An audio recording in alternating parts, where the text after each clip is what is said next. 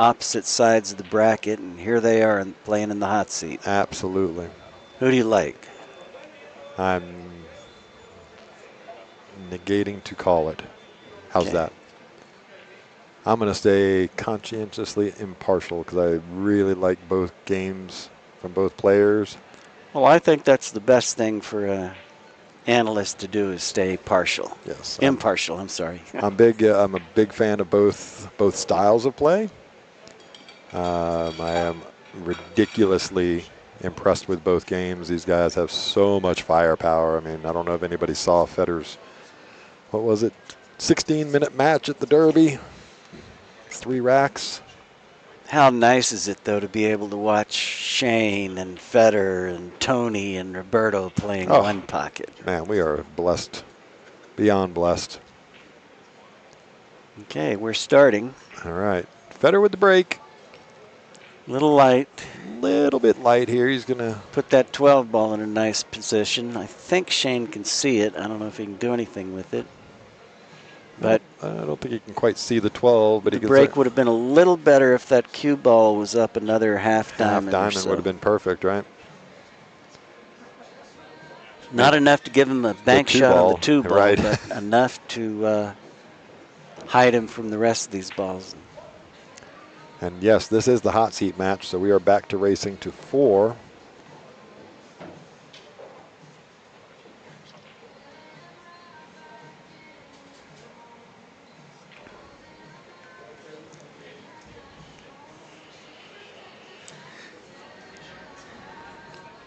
Just off the 5, behind the 12, maybe? That's what I would do, but I'm not going to second guess Shane. Oh, no, he was firing to clear the... Yeah.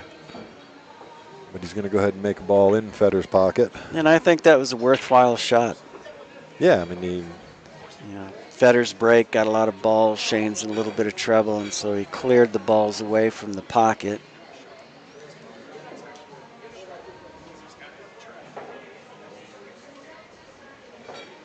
Just get my scoreboard up here so I can get caught up with you guys. So it looks like he's going into the stack. Well, look at the difference in the way Federer feathers the ball and everybody else does. Yeah. Yeah, really good shot there.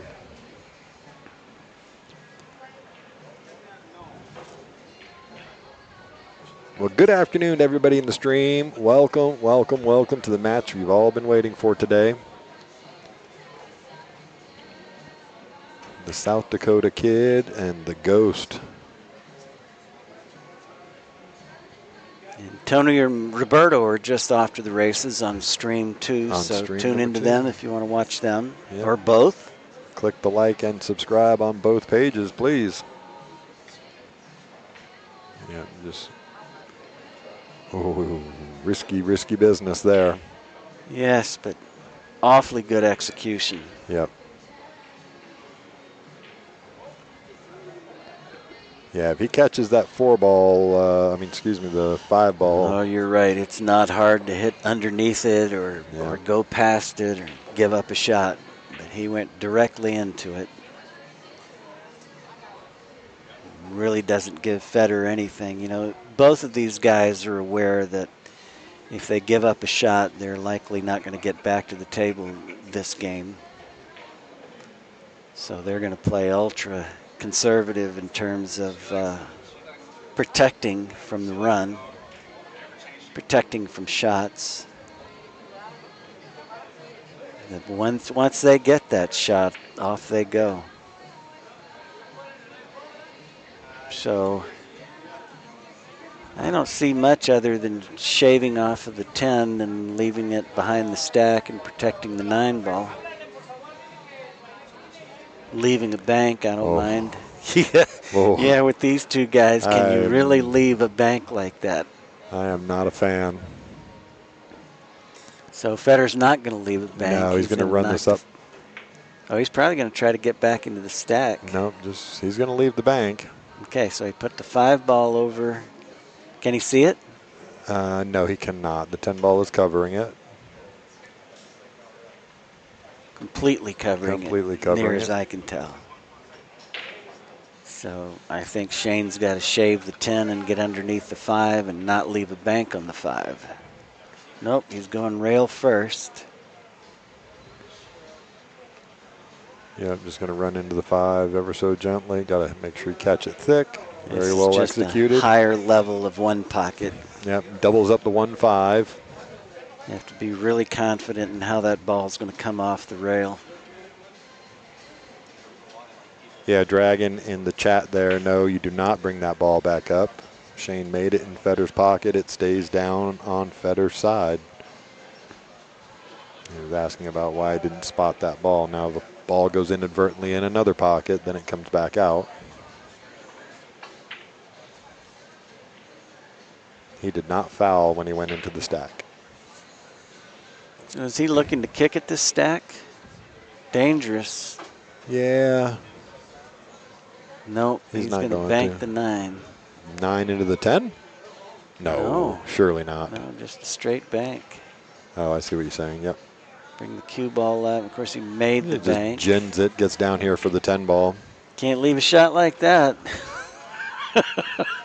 Just absolutely gins I it. didn't even see the shot until he got down on it. In our defense, you know, I mean, it's hard to see from the angle that we're looking at. I wouldn't have seen it if I was shooting the shot. Yeah, maybe not. I mean, what a bank shot, and look where the cue ball ended up. And, you know, we were talking about yesterday, you know, just sort of the effortless power that he gets in the stroke. Now, that wasn't a powerful stroking shot, but it was so accurately played. But he got the 9 ball all the way across the table with a Yeah. pretty thin hit, so. He did. Just amazing. Efficiency of that stroke is so good. So can he make this 10 ball? He can make the 10 ball. Yeah, 10 ball definitely goes. He's going to have to play it with a little inside to get up there for the 2 ball. Kind of like that. Boy. You know, if he gets up there perfect, he's on the 5. As I was saying, you got to protect from that one shot, otherwise they're off to the races. Never mind doubling up the 1-5 there. I mean, he's on the 5 if he wants it. Yeah, I think I take the 5 here and come back for the 1. I mean, it's a thin cut, but it is certainly playable. Thin enough to where it's going to go back and forth a couple of times. Yeah, I'm not the person to second guess. Yeah. He's looking to see if he goes 2 rails off of the 2 ball. Can he get back into a good line for the 5?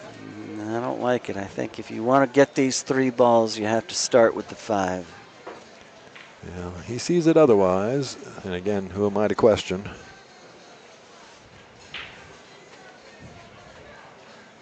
Well, that's the way Federer lined shots so now he's on the 5 up. ball. He walked back and looked at the 5 ball. He just needs to go straight back and forth. Found that point. Oh, he's even taking the stack. Look at how, now that's as high level as it gets. He looked at it to play it with a little bit of inside, run into the stack, kicks the cue ball back up the table. Oh, yeah, I missed it. Let's see. Okay. I might have caught it. Let's see. We'll look at it from above. I don't think he has a shot from here. Yeah. He might have got a little unlucky with the way the 2 to 13 ended up, but let's see. He plays that perfectly. He definitely played it into that stack as well, coming off the second rail. Yeah. Trying to open the balls up. Trying to go 8 and out. You know, they don't want to settle for 2 or 3 or 4. They want to get all 8 and keep their opponent sitting. So he's looking to which way the 13 is going to go if he spins this 2 in. Yeah, so he should be able to spin it in. 13 is going to go towards Shane's pocket. And the cue ball should go to the rail, possibly to the side pocket. Got to be careful here. Not too much draw. There you go. Look, just drifts it perfectly. So how many balls does he have? He currently has 5. So make that playing 6. for 3. And does the 6 ball go? The 6 ball, let's take a look. See what the overhead doesn't look like it does. So he's going to have to either play for the 13 or go up for the 1. For the 1 ball. Surely he goes up for the 1. Oh, he's looking at the 13 though. No, can you give me a bottle of water? Yep. So this is professional shape. Got half a diamond to get behind that 13 and about 15 degrees that he can allow. Playing for 3.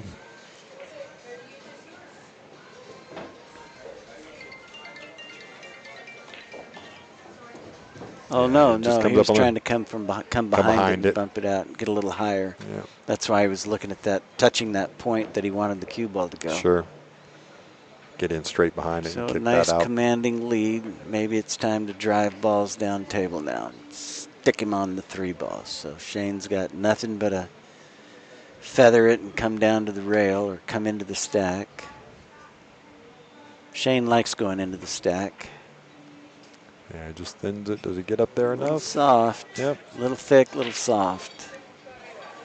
And there could be a bank. That 3 ball might bank. Guess not.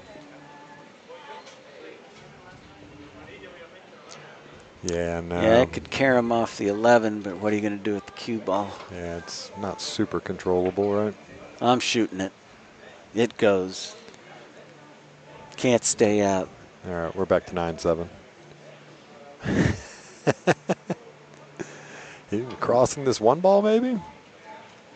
Well, it's tough to avoid the 13. He would have to cross it and come all the way across, maybe come back down and get underneath the stack. Yeah. No, I don't like it.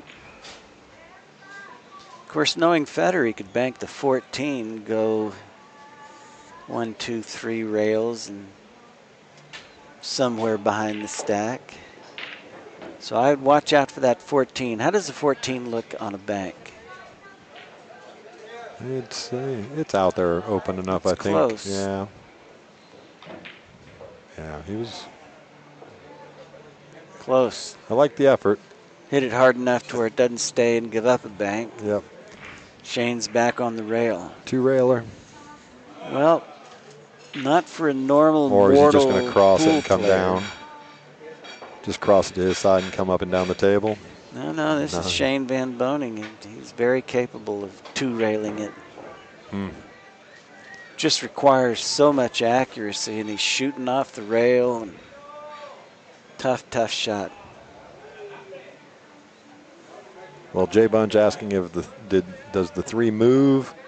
It does not now. Kind of an unfortunate leave, depending on which side you're on. Depending on your perspective, yes. So cut the 8, can't bank the 12. And the 8 might, okay, he's just going to lay it down and protect his lead. Yep. No reason to take any gambles at this point. Shane's got all the work to do, and Federer just needs for him to make a mistake.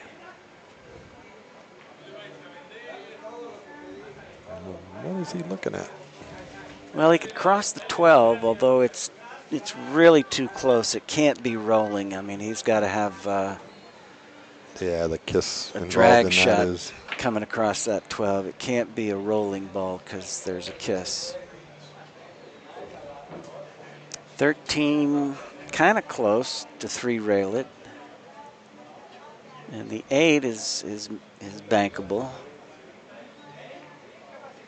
Just like that.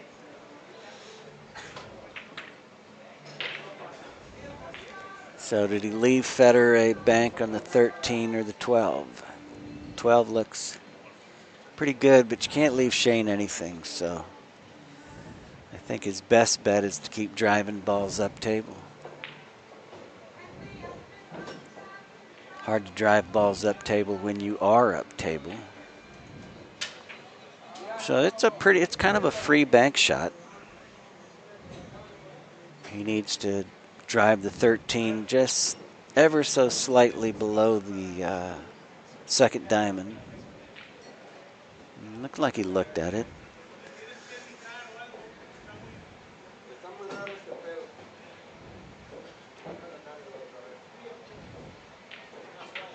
Is Tony already out? He gives that look. Do I need to make any more?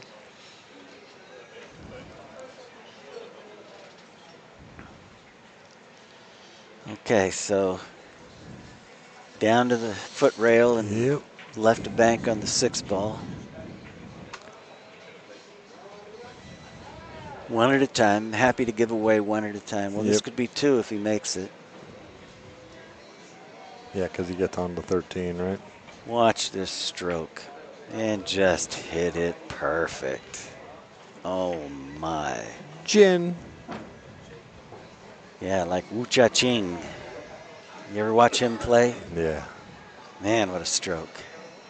Yeah, for sure. I miss watching him and Siming Chen. I don't know why we don't get to see him anymore.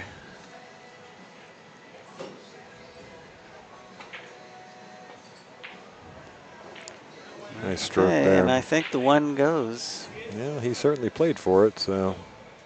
So is Federer going to end up regretting leaving Shane that 6-ball bank, length of the table 6-ball, which I would leave just about anybody. I don't think the one goes. Maybe the 3 goes off of the 1. And not a 4-3 combination. That's what I'm saying, 4-3. That's. So you think the 3 might go off the 1? It's possible. I'm not saying it is, but the 1 ball I do not believe goes. Problem is the 4 is going to hit the 11 first and then come down, which probably helps make the 3 off the 1. Makes the 3 off the 1. He's just looking to see where the other balls are going to go. I think he's playing your shot. The 1 ball does not go.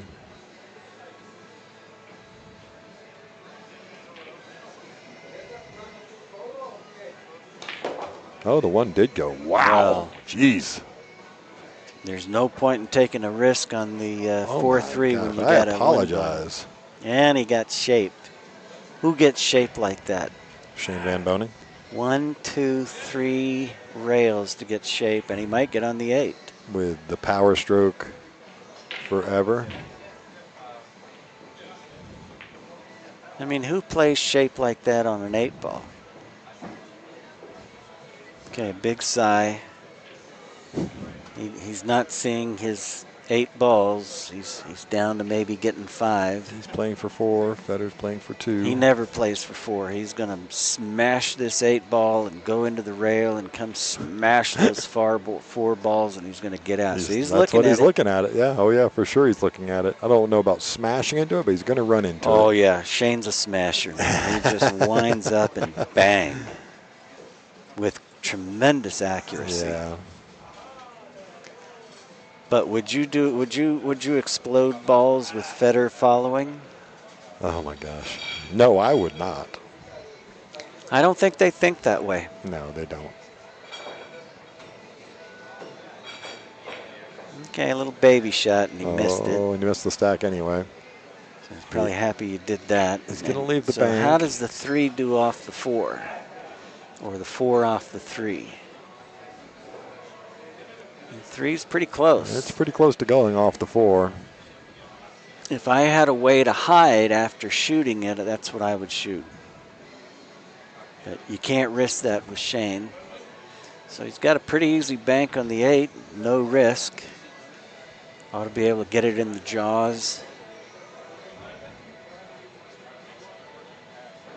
Do we have any pool players that we call jaws? Oh, none that I can think of. So for me, Shane is jaws. Bum, bum, bum, bum, bum, bum, bum, bum. Yes. Gonna need a bigger boat.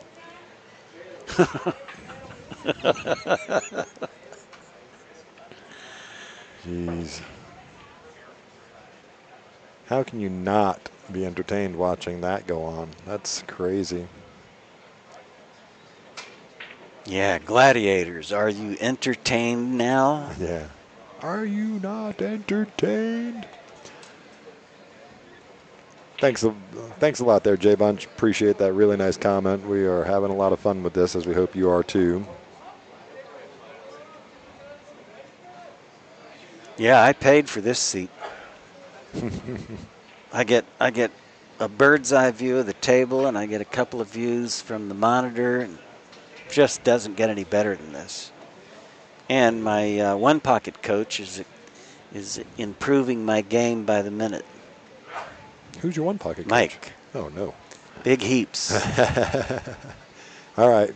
bank shot here. Soon to be a billiard coach. Look forward to some billiards and some one with pockets some there. you betcha systems. Yeah, a little Ubida. So he was throwing it a little bit long there. He's gonna say he's gonna leave. I got to show you this one system I just learned that is really powerful in one pocket. This is the hot seat match, Ike. Absolutely. So he's looking at the 3. He's going to leave it alone. He's got a 3 railer here. Welcome to the chat there, Gray. Gray 9-ball in the chat. Welcome, welcome, welcome to everybody. While Shane's looking, he's thinking about the 14. He's going to bank that 14 just like Fedor did. Looks at the angle, see where the cue ball's going to go. Ain't no way. I mean, you got to hit that so thin, so hard to get it just to go. That's not too bad. You remember we were talking about effortless power? 70 degrees. He has this also. If you didn't notice that one other shot, you know, where he goes. Yeah, but he also has power with effort. And accuracy. 3 rails on the 8-ball? I don't know. And leave it on the rail. No. Yeah, no, he's just make gonna it. knock it in and say, here, I'm going to leave you straight in. What are you going to do with this? Because it's a scratch either side. I know he saw that. And a lot of times the play is to go 2 rails into this stack. Yeah. And hope you get a rail. Oh, that's right. These guys don't hope. Hope is not. I might go 2 rails, but they're not going to go 2 rails. Because they can feather a ball. I was going to say, you've seen him feather the ball, right? Right, from the end rail. Yeah.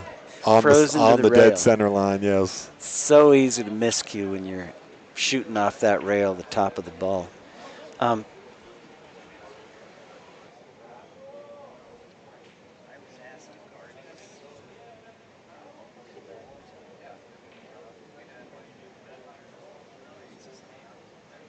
Yeah, I'm waiting to find out about the cover charge question. Look at how thin he feathers that ball.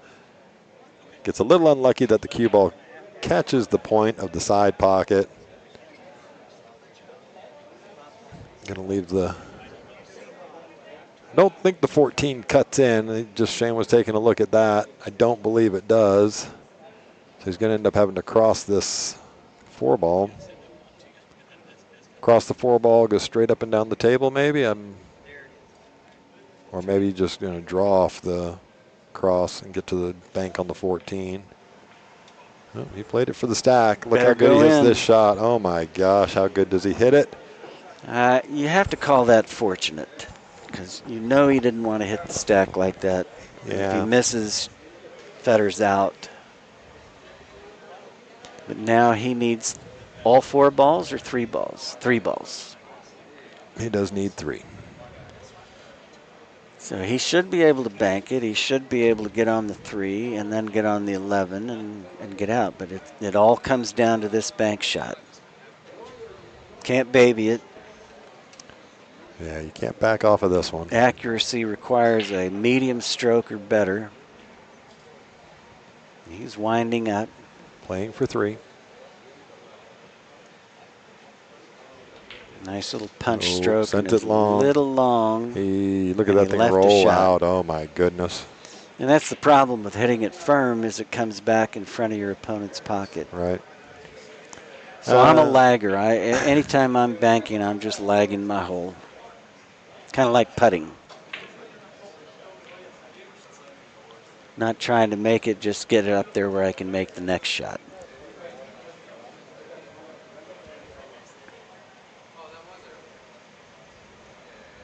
Well, that could have gone either way. Federer's got to go.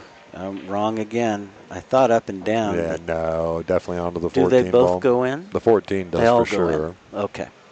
And who's breaking? Shane? It is Shane breaking, yep. All right, so Federer strikes first. So let's see.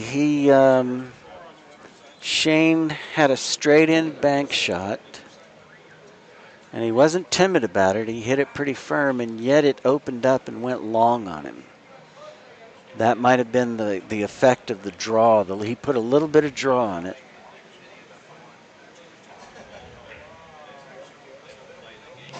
Little slow on this, but he's Yeah, okay. little weak. And I noticed that. I got out on the tables after I talked to Brad about how he had washed them with woolite that Ernesto had shown everybody. Yep.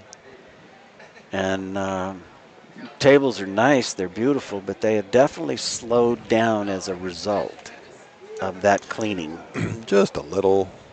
Not, but again, every player is playing on the same surface. So Nice to be playing on a clean table like that where there's a minimal amount of chalk on it.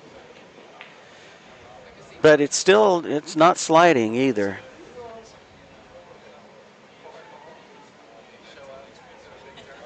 That's probably why we've seen a number of balls hang up in the pocket.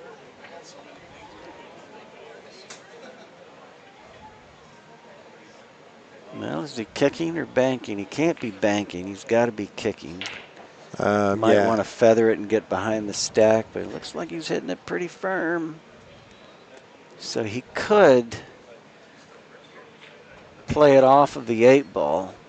The 8-ball is going to generate the proper spin, so it goes straight out to the rail, and it's going to have the left English on it and maybe spin back and carry him off the 11-ball into the pocket. That's the only thing I can think of that he might be considering with this shot. When he can hit it with inside and then get behind the stack, and there he is trying to carry him off that 11. The spin didn't take. Yep, just use the stack to cover the 6 and the 11 ball. So yeah, just to confirm, the cover charge for this weekend on Saturday morning is $15 a day, or you can buy the full 3-day pass for $40. A bargain. And we'll give you a discount if you can prove that you had 5 likes this week. All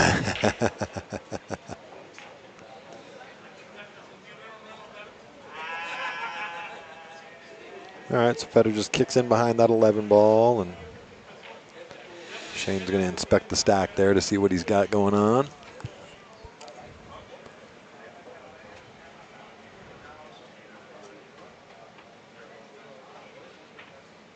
Okay, a little feather off the 6. Oh, I think he was looking to get a little further down. I don't know if he's trying to get to the top rail, maybe. Sure. You leave the 11 ball open, though. Well, the 11's tough with the 6 ball there. You can ticky it and just kind of hide behind the 2 of them. I think he can actually come in behind the 11 if he wants. You think? Yep, I think he's got plenty of room to come in behind. Oh. And he just gave him the ball. Yep, okay. These guys just don't know that ticky shot. Or they don't like it. Or they don't like the controllability of it. Banking on the 5 ball. Didn't take the spin. Or is he coming off the 6 ball? I don't know that he had any spin on it. Yeah, maybe he was just trying to play that off the 6 ball. I don't know. Pretty high level shot.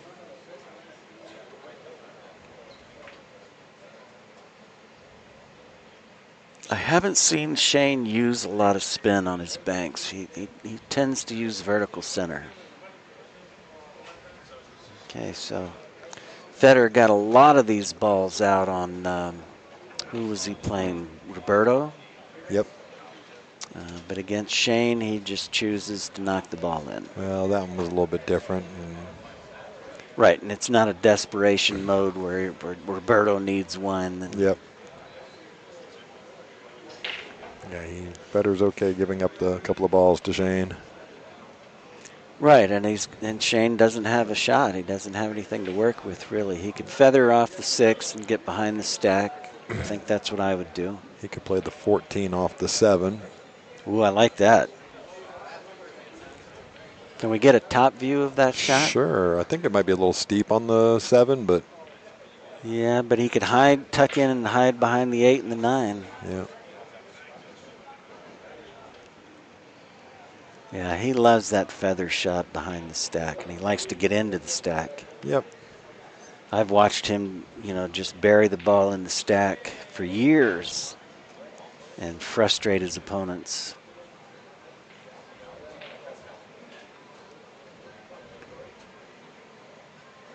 Because after a while, you're left with no choice but to shoot a 2 or 3 railer down to escape, taking an intentional foul. Mm-hmm. Is he looking? No, he can't be looking at the 7. The 10 is available if you're really, really confident. Oh, for 12 ball. Oh, and he's looking at the stack. There he is, the Tony shot. Can we see an overhead again? I don't think that goes. He thinks it goes. Right? What's he looking at? The two off of the 9-8 into the 14? No way. No. No. But he could be looking at the cut shot. But he did come back and look at that line. He did look at that line. I think his best shot, if he wants to be aggressive, is to play the 12 ball and then go 3 rails and come back to this side of the table. And as I look at it now, I think the 12 just doesn't go. It's too steep of an angle after he hits below the 15. And he can't bank the combination. So he's back to looking at this 14 ball, I guess. This is all or nothing. Oh, look, between the 8 and the 14. It was really close, and look where he left the cue ball. Yeah, he. So can Shane cross the 14? It's close. I don't think he has enough to cross Almost the 14. has to back kick it. Yeah. What a shot. Yeah, pretty good. Did you get us a replay? I did not. Okay.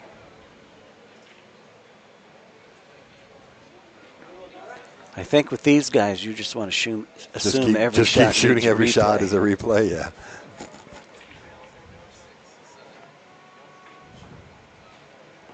Oh, we could see it. He could play right across it. Why can't you tell that from the screen? It's just a. I mean, it looked completely blocked. Yeah. I mean, I didn't even think he had an edge. Never mind the whole ball.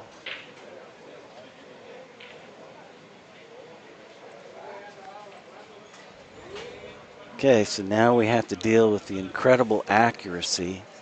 And both these guys placed real high in the banks, so they're tremendous bankers as well. They could have easily won those events as well. Oh, at Derby, yeah.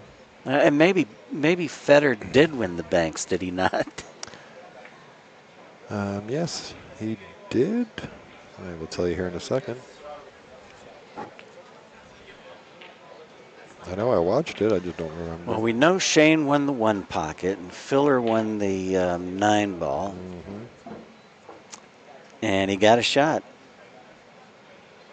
Oh, no, he was runner-up. Justin Hall won the banks. Oh, that's right. I remember. It was really close. Yep.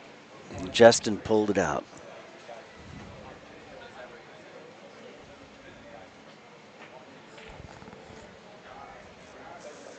All right. Well, Shane can't be happy about this.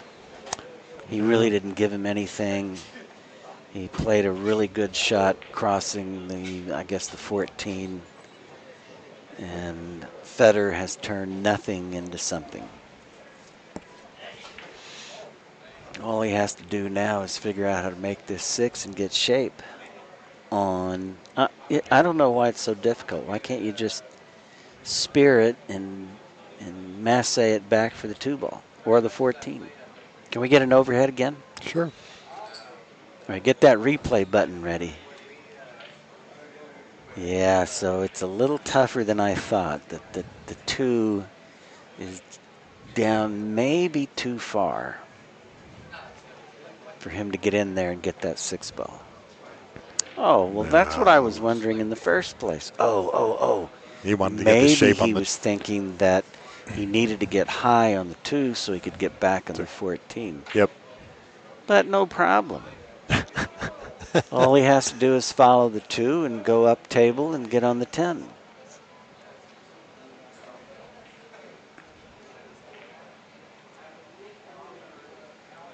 I'm being facetious. Oh, I know. I was just looking to see. However, you could spear it. Does he have if enough you to had a draw mind it up past the 14 ball? You know what I mean? Stun it up to the 10. Yeah.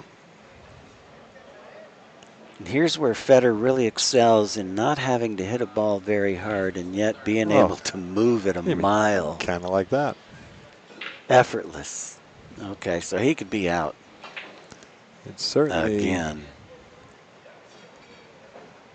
within the realm of possibility for sure. All right, he's got 3. Yep. Shane has 2. Scores 1-0. And I'm assuming he's going to go into the stack here and try to open them up. He's going to hit the 13. The 3 moves out. The 4 moves out. The 9 should be right there. Oops, oops, oops. What do you How mean? sweet was that? Opens them up and goes to the rail and back out. Does this guy play straight pool or what? I think he plays every pool. I've never heard of him running 500 balls or anything in straight pool. No, I don't think he does it as a specific. And he doesn't run 200 a day on 4-inch pockets like Joshua. I wouldn't bet against him. No, not with that cue ball. Alex never criticizes Federer's cue ball. Although he still wants to play him, I think. Even.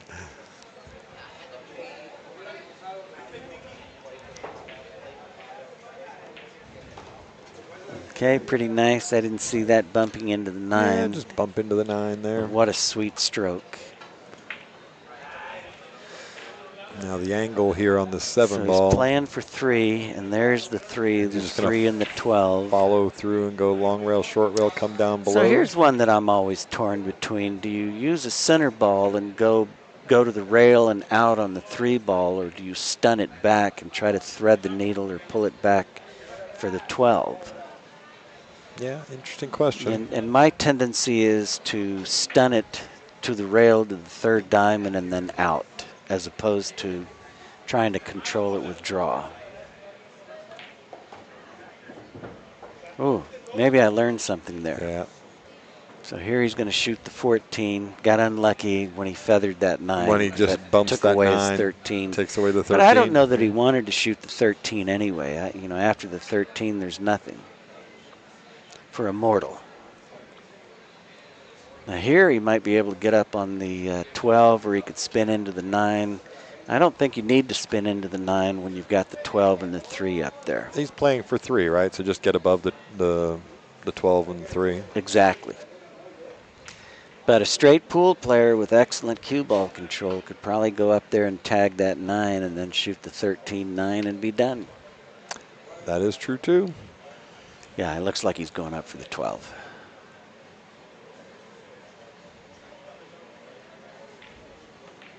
And maybe go all the way down table and then up. And he has not quite perfect, but a pretty good angle on the 3 to get back on the 12. So playing for I think 2. he's the favorite to finish here. Just a stun center right. No. Yes. Is he done? No, just take. Oh, yeah. Did I miss one? 1, 2, 3, 4. Yes, we did. My apologies. My apologies. I don't know where I missed one. Well, I was counting balls in his in his rail. I was too. Down there, so maybe there was one hidden in the drop box. All right, well, Federer takes a 2-0 lead and now has the break. So how's Tony and Roberto doing? Have they gotten through the first game? Can you tell from the score? I cannot tell. They do not use the beads up there, and they're not keeping score. There's 2 beads up there. I don't know if they're using them or not. Maybe they are. No, I think they're still in the first game. Does anybody know that's on the second stream? Chat? Yeah, let's see if somebody let us know in the chat if you've been watching that second stream. I can't see the table from here, so. All Okay. right, so nice. That's a very nice break. Froze to the rail, 2.5 diamonds up. Yeah. He can't see anything. So he almost has to come underneath the 3 and then try to get under and behind the 2. Ticky in behind the 3 and let it run out behind the 2. Yeah, so I don't know if it's a ticky shot because that 3, I don't know how far away from the rail the 3 is. That's about right. Pretty steep angle, though, Yeah, for a steep ticky. angle. Tony is up 2-0, Adam says. Oh, so In the the chat. score is right, Yep. 2-0. Okay. So going fast, and I assume it's Tony. It is. Tony is up. Tony's tournament. He's got to take down these 2 800-pound gorillas in the room.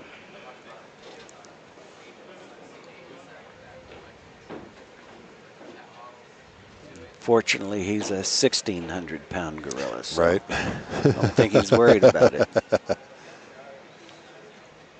Yeah, these guys, they have so much firepower. I mean, you get them one in and the games are over very So quickly. Shane's going to double him up, triple him up, and leave the ball on the rail. Didn't quite get to the rail. And we're already at 2-0, so. And was that Federer's break? It must have been It with all was the Federer's balls in break, front yep. of his pocket. It was Federer's break.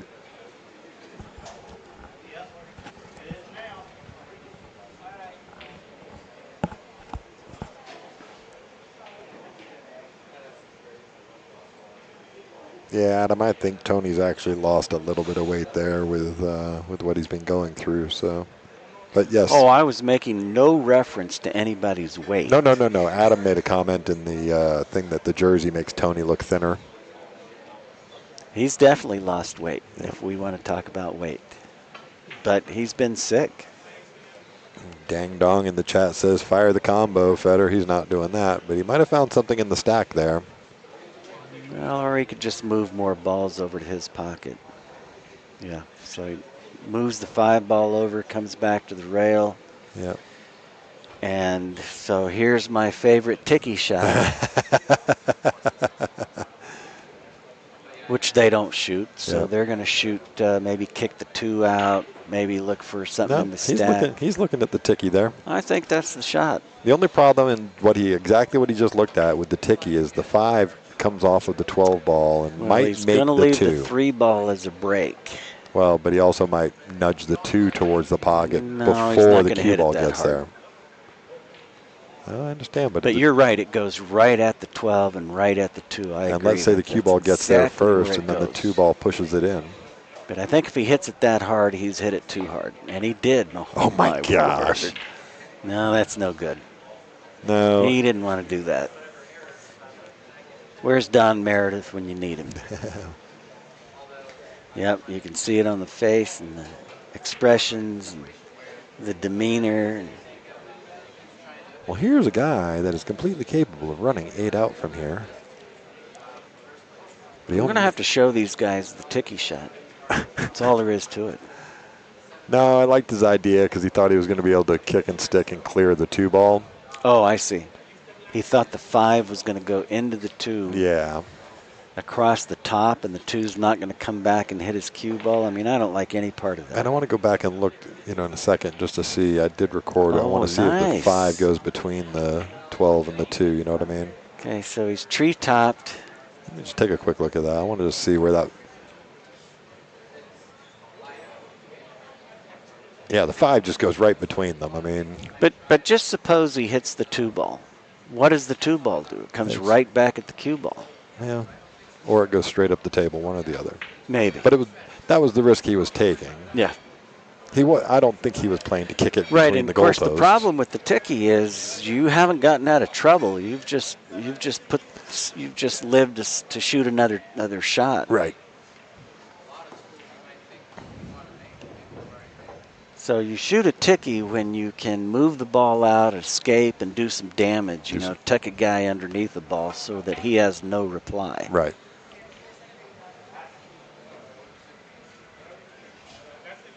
Otherwise, you're basically stalling.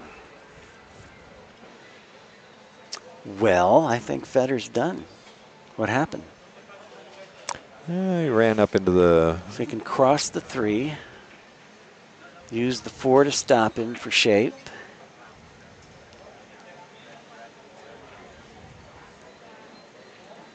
The problem with crossing the 3 is the bank wants to really open up, so the bank might not be there. I think it is, though.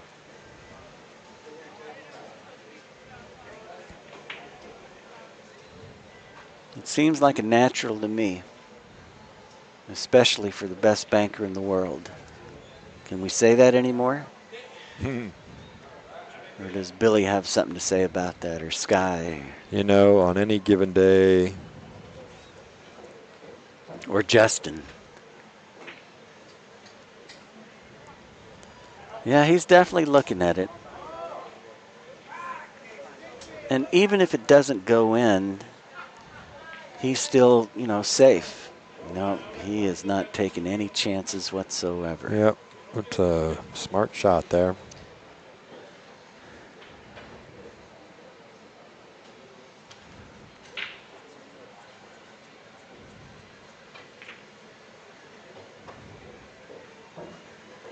Well, they're just not going to do anything aggressive until they get a good shot, evidently.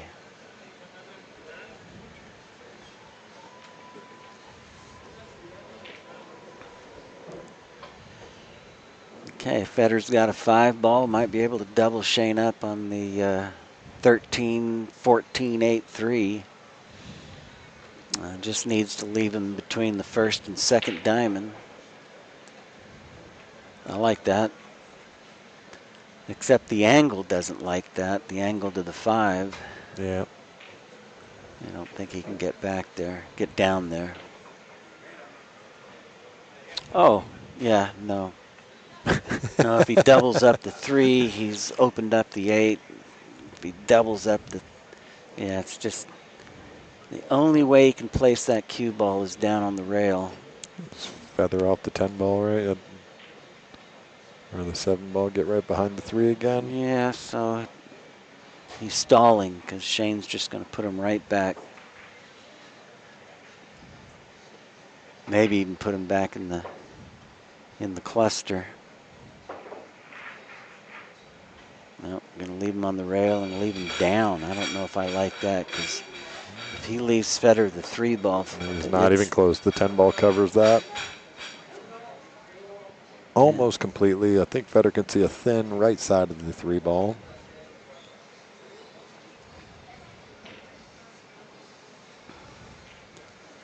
Well, I don't like thinning anything off the bottom because of that pocket. Sure, I understand. So maybe shoot through it and then go 2 rails behind the 3. Shoot the 10 into bank the 3 ball? No. Hell no. Why not? That's what Shake would do. If I think Shake will shoot a shot, it's the wrong shot.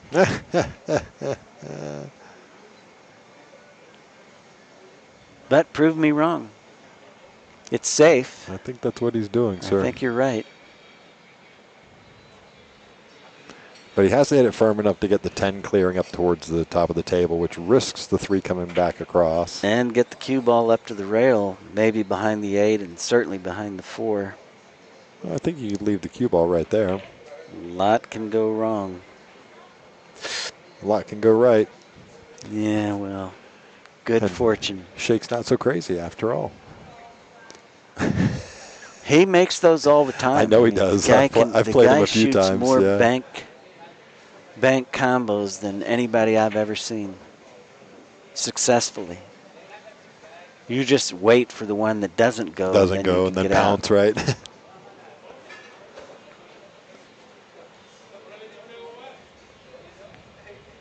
Although he's getting pretty good at running 4 and 5 balls. Absolutely. Last time we played, he ran 3 and 4s.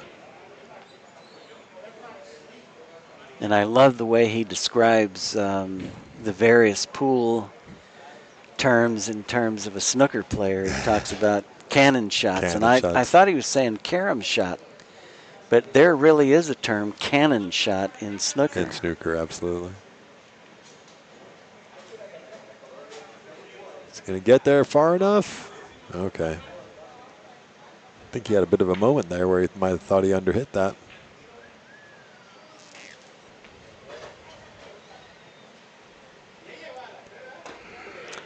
So I get into a lot of trouble here. I try to feather off the 7 and tuck it behind the 8, just snuggle it up behind the 8. But I think a lot of players prefer just to shoot into the 8 and maybe put it up a little higher. Send the 8 up table.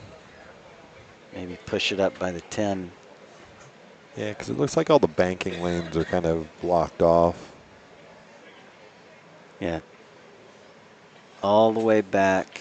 Get right on top like of the that. 4.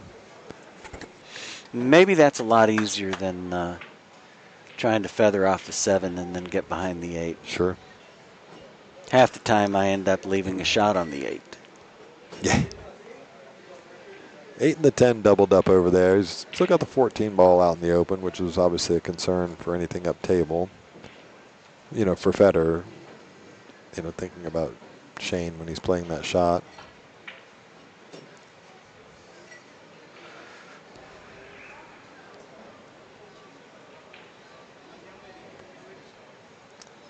Well, he's down 2-0.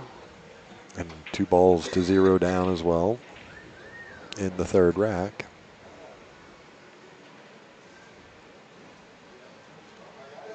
Probably stick it right there. Nope, he's going to leave Federer this long cut shot on the 1 ball. I don't think that's a good idea. So he looked at it to see what it was going to, what the look cue ball like. was going to do. Yeah, coming off of there. I mean, it's going right at the 11 and 7, so he's got to make it if he shoots it. But boy, if he makes it.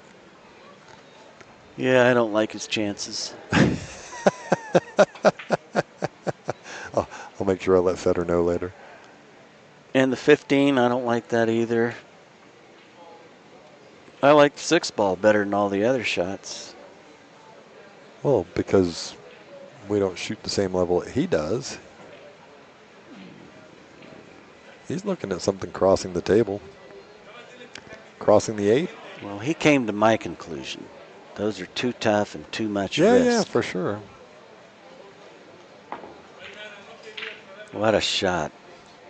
I mean, look at the cue ball control. Look at the distance he was shooting. Yep. He was elevated off the rail, and he just sticks it within an inch of where he hit it and opened up some more balls, drove balls away from Shane's pocket. What an outstanding shot. Yep. So that's a shot that the pros can execute fairly consistently, and if I try to do something like that 9 times out of 10, that cue ball is going to get away from me. Especially elevated. And he doesn't hit it hard. Right. Did you notice that? I did. Again, just nice, strong, positive stroke. Which gives him a lot of control over where the 8 ball's going. Absolutely. Well, so they're on another game with Roberto and Tony, so I think Roberto might have won a game. It still says 2-0, though. Up on the counters, yeah. Okay, Shane just keeps giving Federer these easy shots. I don't know if I'd call what the hell? Easy. What shot are you looking at? The way you speared that 8 ball, go ahead and spear this 5 ball. I don't think the 5 actually goes through the gap. No, I don't either. Okay, quick top view while he's, that's close. Oof. Let me run down there and look at it. I think he's looking at it. And the reason he's looking at it is he can slide down behind the, what is that, a 10 ball? 12 ball? And risk scratching. Yeah, the 10 ball. So he wants nothing to do with it. He's just going to move something away from Shane's direct path. So cleared another ball. I don't know if I would shot. call that moving it over to his side of the table, but he sure took care of that cue ball.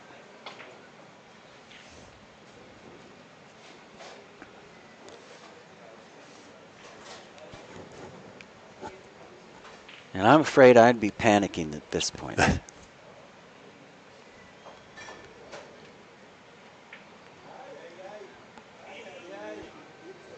Out of patience and trying to make something happen. Okay, so now Federer doesn't have, these aren't free shots anymore. The No. eight basically got in the way of everything. Yep. So Federer doesn't have to embarrass himself and pass on these shots. Little bank on the 5 ball. Can't see the 14. Doesn't want to come in off the 4 and leave a bank. Man, I don't know. Forget the combination.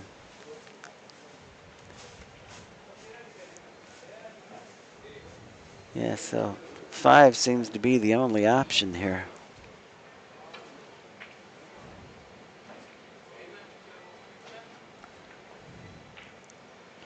So I've always considered those really tricky, dangerous shots because what happens is you shoot through it on the outside of it and it comes back and it bumps you out into the middle of the table. Right. So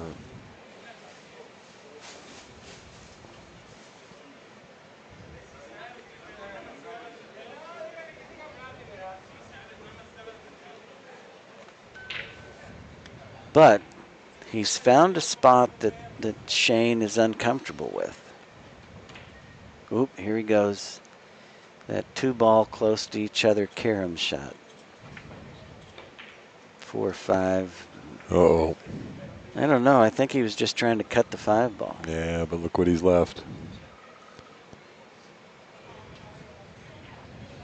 Well, with hindsight, I'm surprised he missed that. I'm sure he is too. So, do you drive through the 8 ball and try to get up above the 1 in the What do you mean? after cutting the 3 ball? Oh, right. No, you just run up into the 15, don't you? And leave yourself the 8 ball. Oh, right. He's got enough room. Yep. Okay. Just run up, bump into the 15. I don't like bumping from that distance, but I think that's it's a distinct possibility. He's looking at just the follow, the rolling ball, the rolling running ball. to the 8. Can he get past the 8? Can he come underneath it and get back on the 7, or does he put some spin on it and go up and around the 1 ball? Okay. And the little second kiss with the 8 ball was not a big help to him. Didn't get either. Tough shot. Has a bank. Probably has to shoot it. It's crossing the 5 if he can see it. I think he can. Yep. Leaves a bank if he misses. Unless he goes high.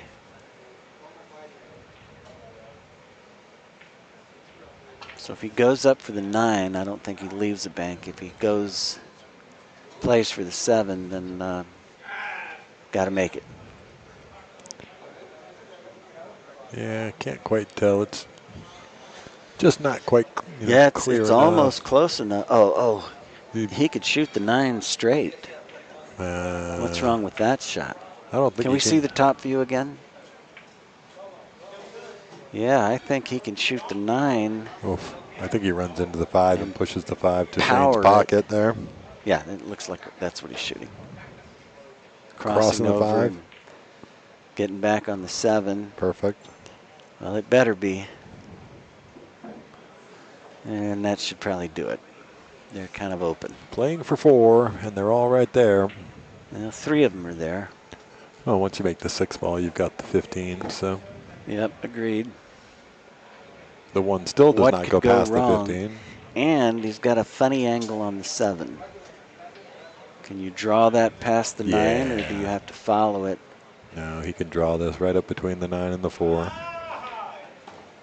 Okay.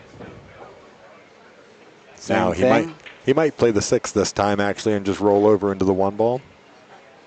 Then he gets the 15, then he gets the 9. Not a chance. But you're right. If he's too high on the 9, it's hard to get shape on that 6, and he may not have any choice. But if he can draw off the 9, he can get back up for the 6. Maybe, I don't think the 10 goes. It's close. So these are 4.5-inch pockets there, Paladico. Oh, that's right. In the chat, yes, they are bigger than the Derby pockets. Derby, I believe everything there was 4.25. Oh, I think the TV table might have been 4 1/8. Okay, so just drew it back for the 6, and then he's going to tap that one, like you said. He'll get a shot on the 1 or the 15. Yeah, but he's going to catch the top side of the 1 ball. Yeah. I'm worried. I'm kind of worried about the scratch. Yeah. He's not taking any chances. He's going to go 3 rails. 3 rails and come around for the 14.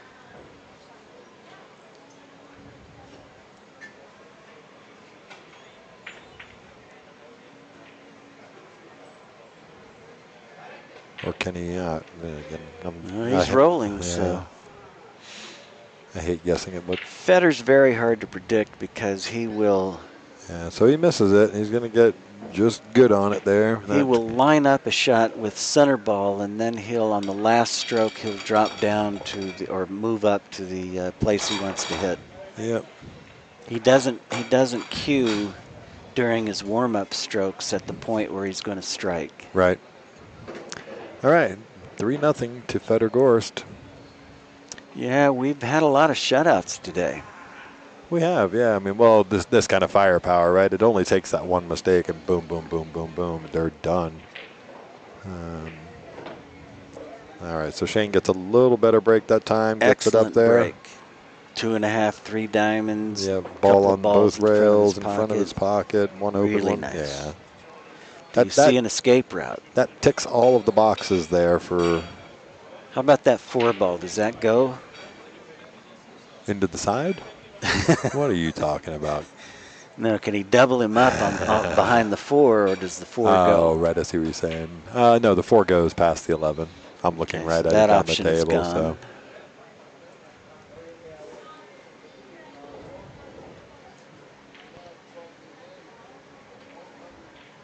Okay, very nice. Tucked underneath the 7, left nothing. Maybe a bank shot. Yeah, he's left the. Shane's going to play that little weird twister one that you haven't figured out yet. No. I can make this ball. I can make that shot. Oh, he was just playing it as a containing. Let's get it down by my pocket. Get Federer in an awkward spot up there on the top left. That's not a weird twister problem. No. He wasn't shooting the twister. There's he was no shooting the cue ball that time. There's no chance of a kiss. You just have to figure out how to get it to twist a little bit. And that's all center ball. And it doesn't twist when you follow it like Shane did to get it down in the corner, the upper corner. Wayne just letting us know that Roberto and Tony over here are hill. Oh, wonderful. Wonder how he got 2 games on Tony. Well, I will definitely go back and watch that stream later. Yeah. So, yes, you're correct there, Crypto. We have the winner of Table 2 will play the loser of this match. Ooh, what a shot. Look at the end result there. How about a replay? Absolutely. Just completely turned that game around. He just cleared everything. And almost made a ball. Yep, so he shot the 2 into the 11 on the right-hand side. And watch this cue ball. Bink. And stop the cue ball right there. Cue ball didn't move after it hit. Absolutely. And that's a pretty nice shot there. Might have leaked out just a little bit for him. So is he going to shoot this 13 and go 3 rails around for the 15?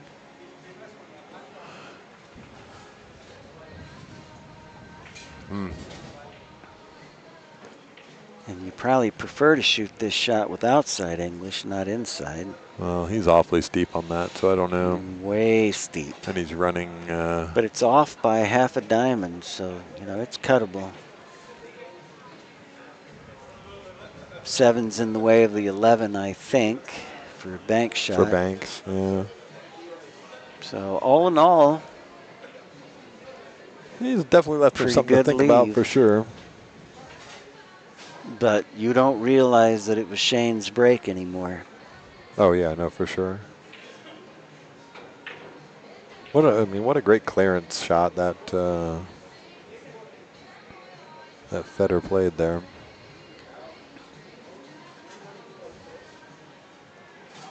All aided by the accuracy with which he can hit that shot. Sure. Long, straight center ball shot.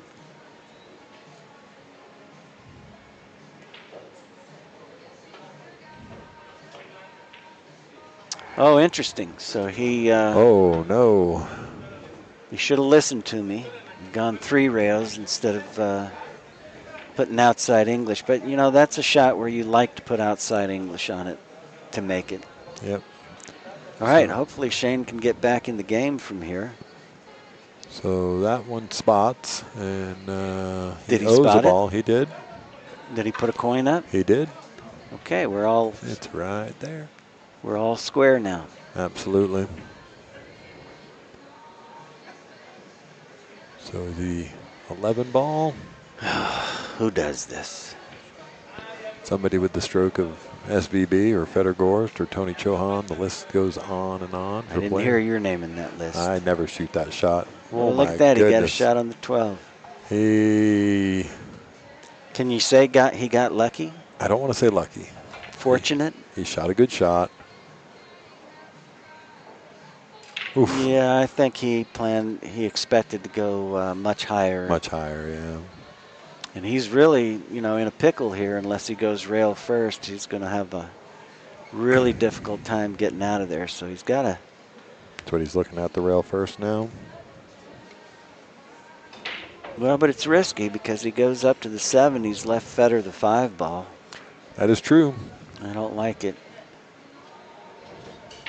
I think he needs to take his money and run. And look in the stack and see if there's anything there. That 13-6, nope. There's really nothing. What about for Federer? Ooh. Oh, he was trying to get that thing to spin out of there. Ooh. And really didn't get anything other than an opportunity to bury Federer behind the 2 and the 10. But he's on the rail, so he's going to have to elevate. I think that's what he's going to do.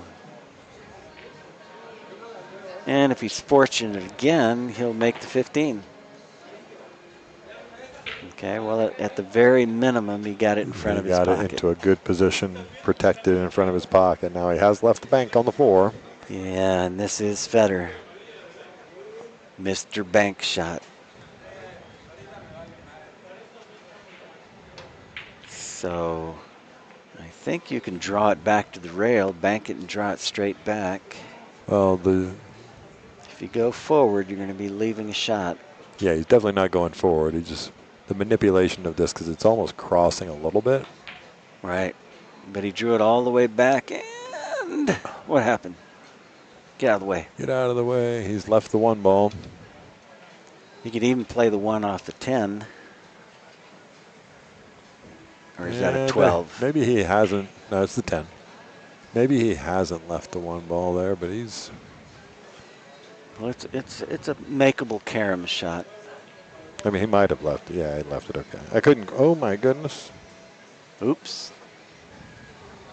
Yeah, the screen is just the wrong place to be looking when they have those shots. Yeah.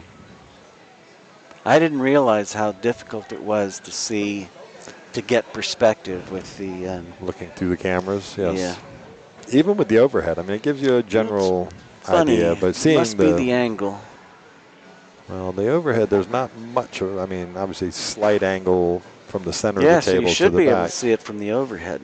And if you had your little straight tool, the same width as the balls, we'd be able to just drop it down on the screen and see for sure, because that would eliminate any perspective issues.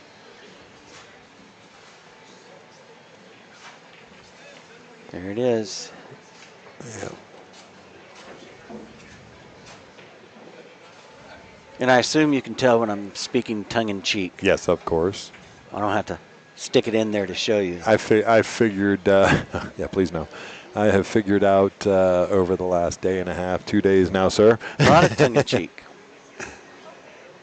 Absolutely. I spent 15 years in New Jersey. Where is that Jersey guy?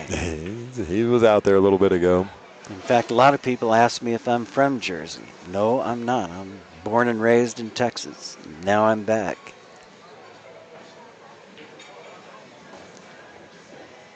Does the 15 go? Yep. It does. Well, so getting a somebody in the chat there, Orioles 410 says there's a young pool player named D'Angelo Jaws. Oh, Jaws, great. Spain. So we cannot give Shane that moniker, I guess. It's already taken. I think he already has a moniker.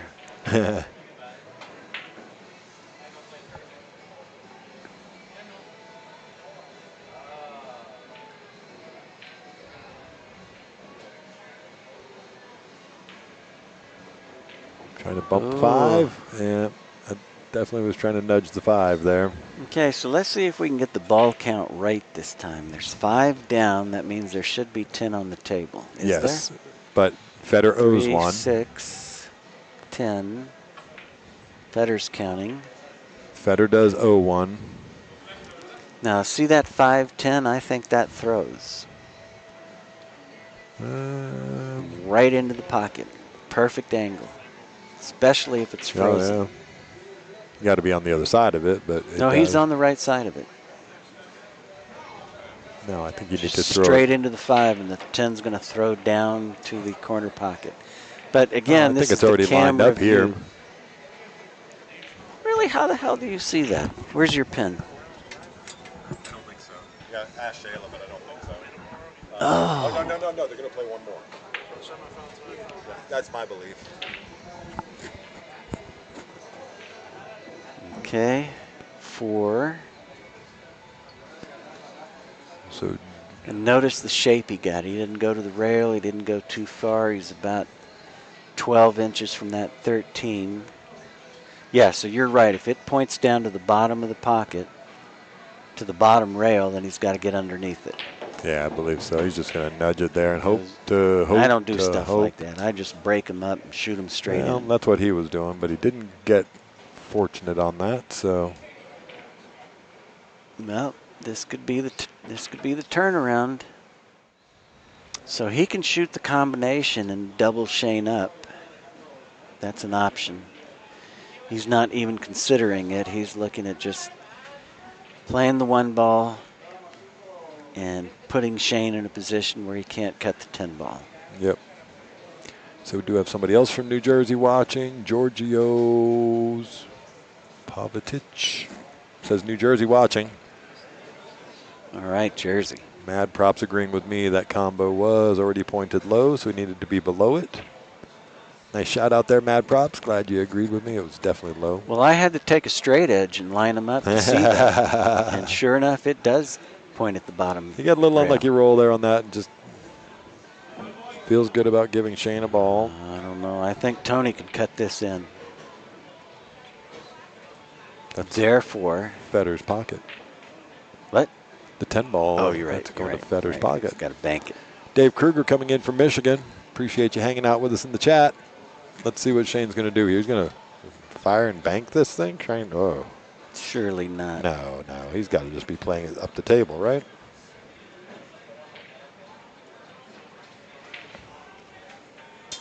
He also can't be thinking about leaving that 15 bank. He's in a desperation mode because Federer's got 4 balls. 4 balls. He's got 3. Federer no longer owes any. No longer owes anything. So 4-3, there's no reason to drive balls up table. Nobody has a significant lead. Harlingen, Texas in the house. Welcome to the stream. So the 5 is bankable.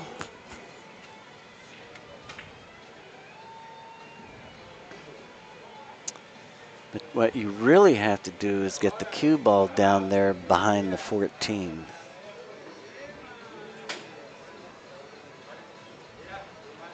And I like the 3-7 where it's at.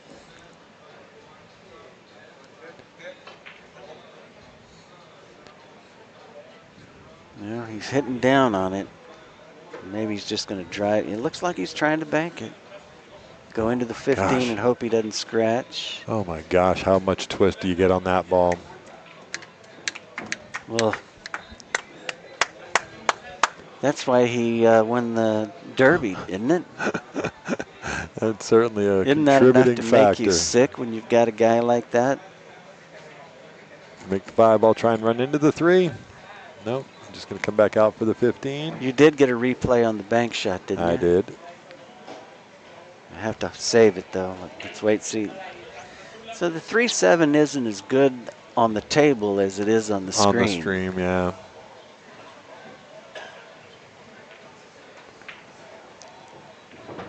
Okay, so this is tricky because, well, it's not too much of a cut, so the 3 is going to stay close. And the cue ball comes running away to the other side so as you well. should be able to get shape on the 3. The only risk here is leaving the bank if you happen to hang the 7, but I don't think he's going to hang it. I think he's going to make it just perfect. Very come nice. Flying back across the table.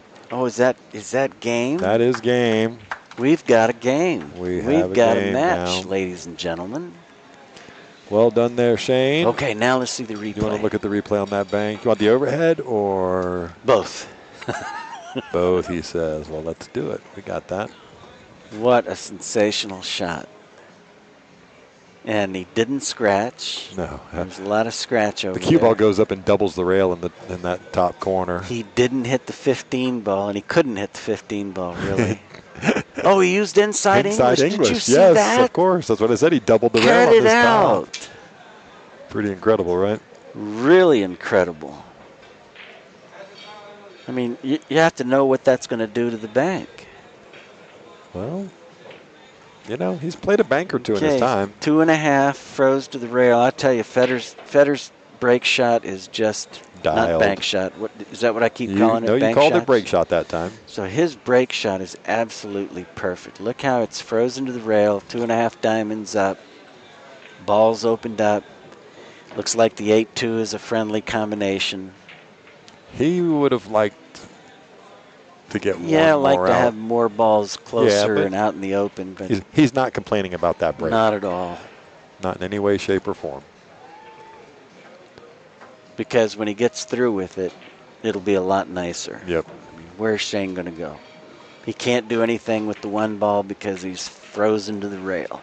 Ordinarily, Shane would be able to elevate and draw it underneath the 13, but can't do that. Can't do that. It looks like he's looking at the 2 ball. Does he have a full view of the 2? I don't think so. Well, maybe. No, I don't think he has any. You can see that? Yeah, I mean, I think he's got close. a full view of the 8. He has a full view of the 8 for sure. I mean, if he has a full view of the 2, then it's... And you'd have to be incredibly accurate to shoot straight through the 8. Just going to play this 1 ball and trying to run back down towards the 2-8. Is that what he's doing? Oh, no, he's just going to really contain here. It's just too tricky because of the side pocket. Yep. Just not enough room to avoid the side pocket and get down there. And get down there for sure. Here's your shot. Twist that in. No, sir.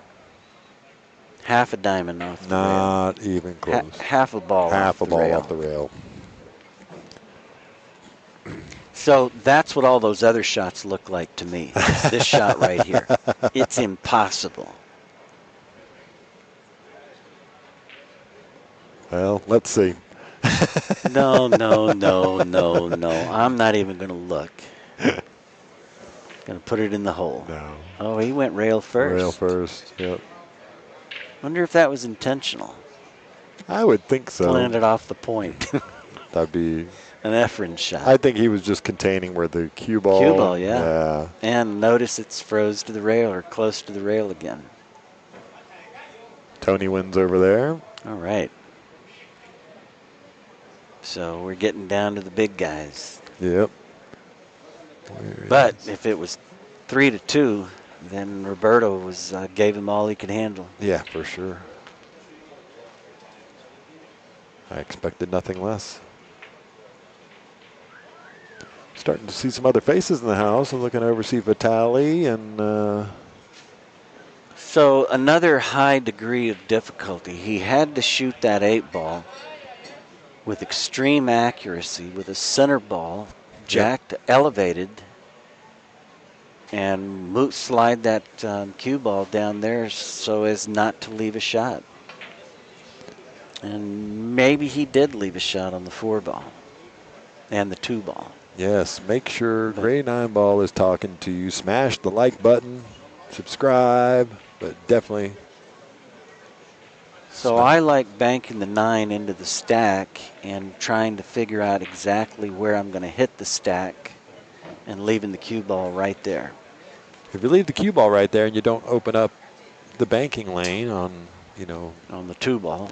Well, or something and coming other out of the balls stack. Are gonna open up, that's right. Why is he looking at the 3? Maybe to clear the 7. I mean, Tony shot a shot like this where he drove the 3 into the 7 and banked the 3 into in his pocket and cleared the 7. Yeah, but that lane is completely closed, obviously, and not a shot that any other mere mortal would take. You can make the 13.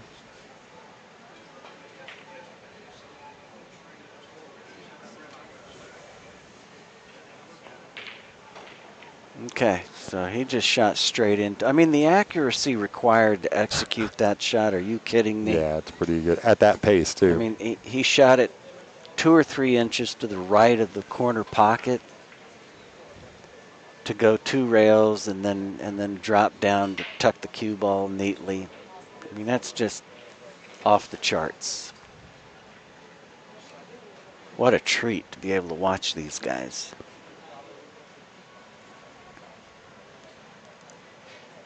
I think he's banking the 2. And sticking the cue ball. Sticking the cue ball, Nothing absolutely. wrong with that. Didn't get rewarded, but still. I don't need a replay on that one. No, I wasn't looking for the replay. I didn't bother saving that one. Can't save them all.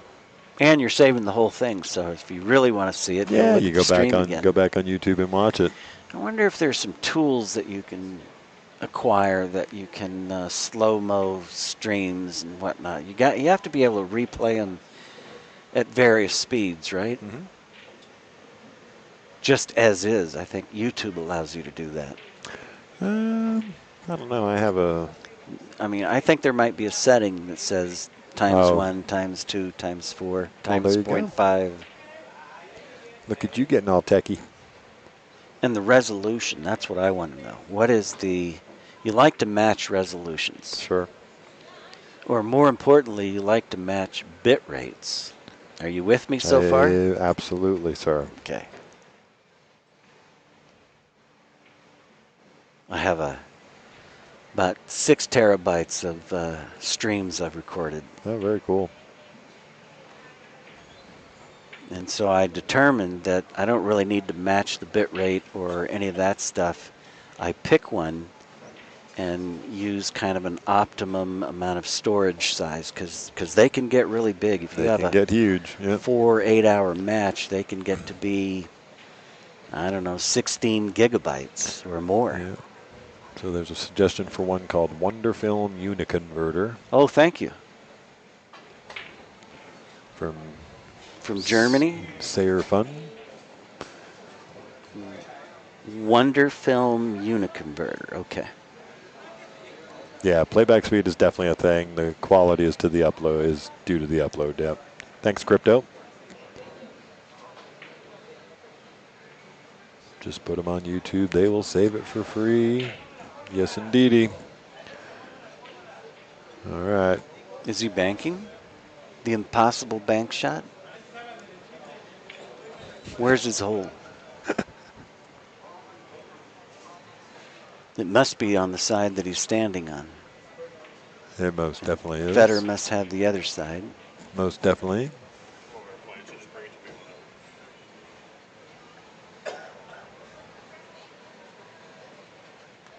But you see that 9 ball? It's definitely bankable. Oof. Come on, these guys are pros. They can do this. Oof. Yeah, double oof. Looks like he's going to spin underneath the 13 and kick it over to his side. And maybe come up behind the 2. Or he could just baby it. He did baby it. Yeah. And he got a nice roll out of it. And maybe left Federer a bank shot on the 7 where he could double him up behind the 11. I don't know if you can see the full. If you can see enough of the 7, then yes. No, I don't think he shoots it anyway. No, I don't either. Not given the 11 and 9s So over there. what about going off the 2 and trying to tuck in behind the 4? Behind the 4, yeah. And because of it's such a severe angle, just be happy if you get behind the 12. Right. But you don't want to hit that No, 3. so Well, he he found did it another off the ball. stack, yeah. And that got him down deeper. Very nice.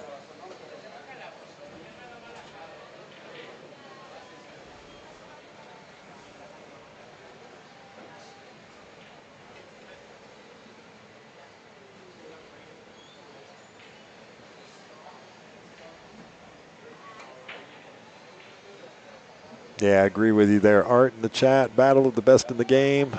Quite the matchup here. Tough one here. He's got to make sure he gets past it. There we go. Well, what I'd really like to see is these guys engage in races to 21 matches. You know, I'd like to see Federer play Shane or Shane play Alex. In one pocket, yeah.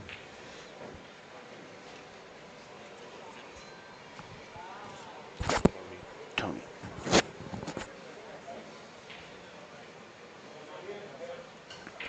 So yeah, Tony wins over here on table 2, so he's going to be waiting for the loser of this match. Now, who do you think Tony wants to play? You know, knowing Tony, he probably doesn't really care which one. Probably not, but I know that he likes to play Shane.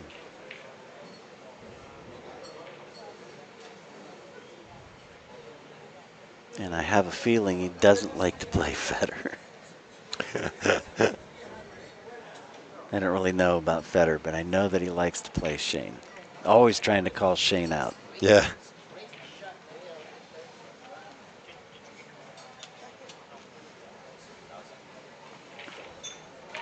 But I guess everybody is.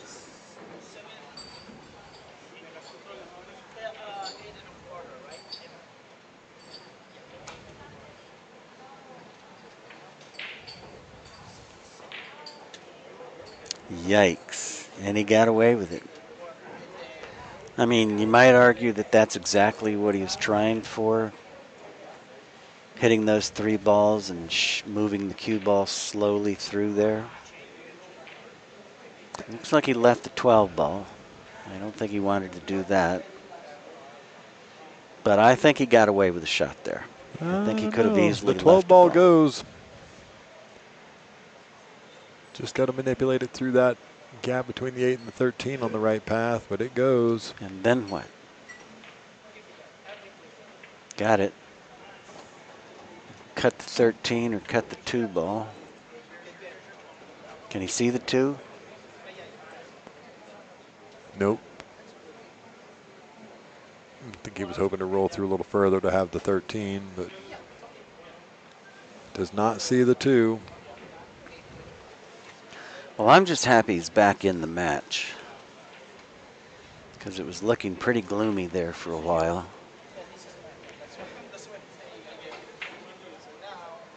We want to see this match go hill-hill.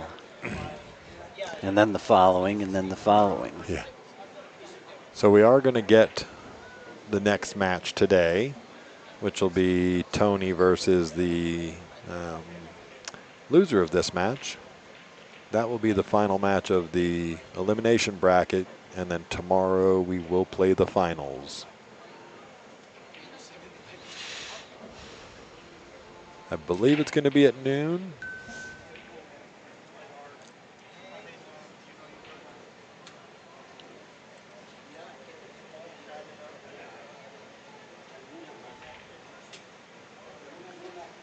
So if he makes this 13, he should get on the other side, on the right-hand side of the 11 ball, and come up for the 14 or the 9. Oh, this is so tough, though.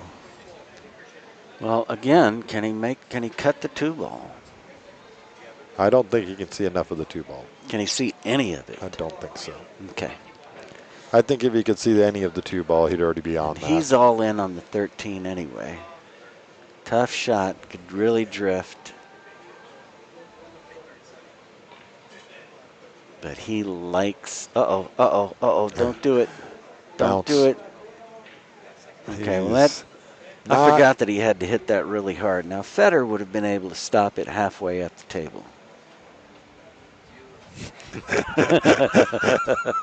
You know how Federer can hit a ball and drive it a significant distance, and the cue ball just barely. Did you not see the 2 ball that he shot with power in the first rack and go around the table, the 3 or 4 rails, and he got all the power he needs as well, sir.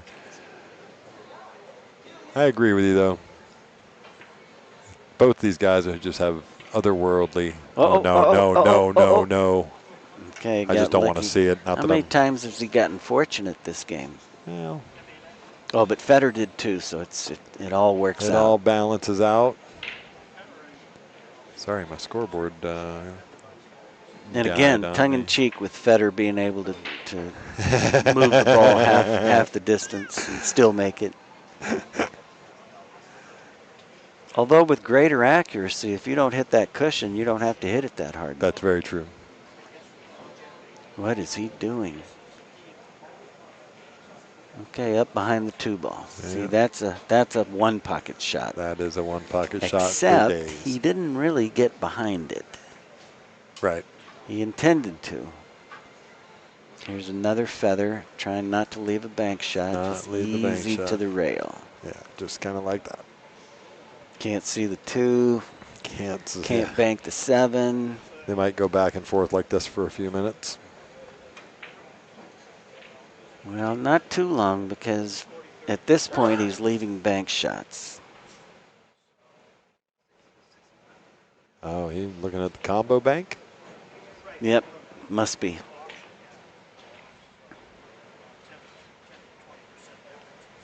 Not a chance. I mean, think of the dynamics. The 8 ball's going to be sliding, so it's going to gear the 3 ball with left English. He's just going to try to keep it out of the pocket, so he has to overcut this. Overcut it. And now he's got to deal with the cue ball hitting the 8 ball. And the 8 ball's not going to do anything other than slide into that 3 ball. So the next question is, what's the cue ball going to do? And it's all about accuracy. Sure. This is a very unusual back cut combo. Get your wow button ready. Back cut combo bank. And don't forget, boy, he did it just right. And see how it held it? Oh, my gosh. That's that gearing Yeah, but action. He gives up the shot here. That's the gearing action of the 8 ball. Yeah, but he gives up the shot on the 4 ball. And did you get the replay? I did not. Okay, we're going to have to do some replay training. He didn't. Where's he going? What are you talking about? This is Shane's 8? pocket. Is he going to get on the 8? Oh, yeah. Play the combination? He'll play the combination, either one. I think he can get on the 8. Tempted to break the 15 out. He might draw back for the 14. No. Can't do that. Okay, so he's going to play the combo. I don't like this at all. Well. You think he meant to do that? Yes. Well, I think if he gets past it, he's okay as well. Okay. Yeah, do you go under or over this 8 ball? Playing for 4. Oh, the 5 must The go. 5 goes. Okay, so we're really back in this match. 3 more. Playing for 3. Doesn't get difficult until after the 8. Need a good angle. Yeah, I don't know if he's going to be super happy with the angle here, but 2 rails in or 2 rails out. I'm going in. Perfect. Perfect, just like that. Look at that. Look how close he is to the ball. Look at that position. Playing for 1. Roberto's just green with envy. Man, that guy controls the cue ball Quite well. a good shot there, Mr. Van Boening. 3-2. We're back in it, and Shane is breaking. And Shane is breaking. So I'm So going to leave you for a Federer's got to second. like it. I need to run to the restroom. I'll be Hurry. right back. We're gonna lose our replay. Okay, score is 3-2. Tony is waiting in the wings for the loser of this match. See if Shane can freeze that cue ball on the rail this time. Pretty good amount of spins, so it's going to be close. It's up at the 3rd diamond. Hard to do better than that. Pretty much took away the draw shot. About a finger less from the rail, real close.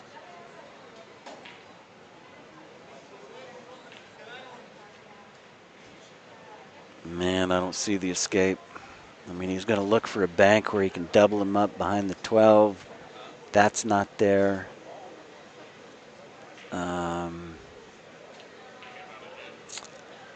Maybe feather the 11 and come up into the 2 and not leave a shot on the 3 or the 9. This is a point in time where maybe he shoots a Scott Frost shot and rolls him down to the upper left-hand corner, or even to the middle diamond on the rail and says, go ahead and shoot.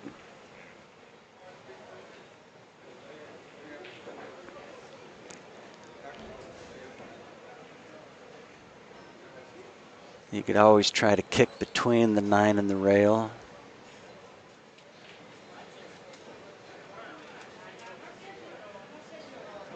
Boy, he's hitting, he's winding up.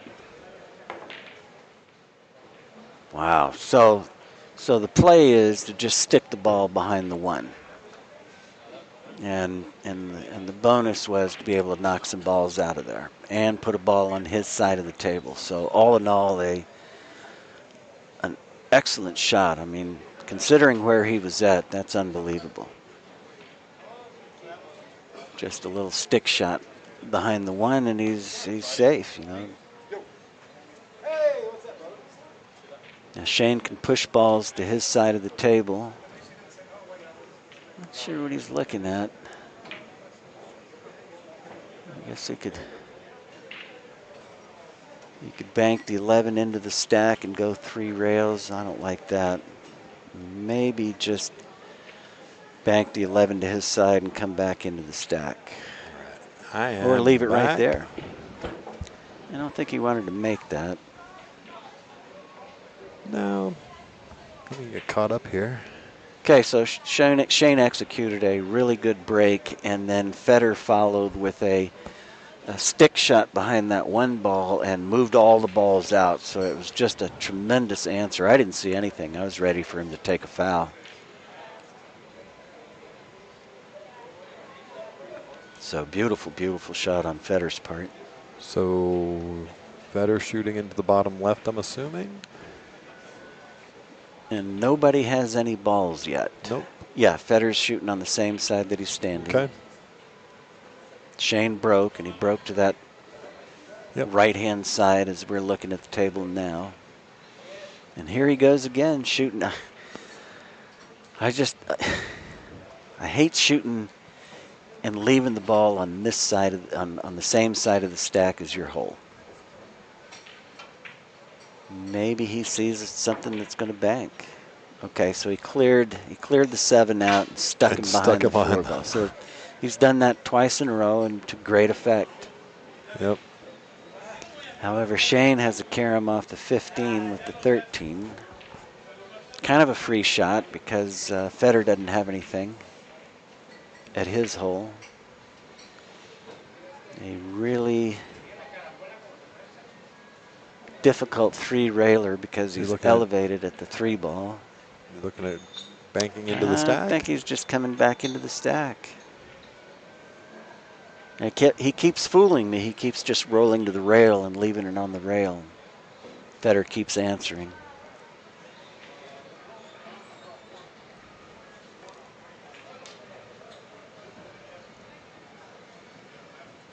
I kind of like the carom shot. That's how you get the 13 in front of your hole. Maybe it doesn't go, but you can put the cue ball down on the rail.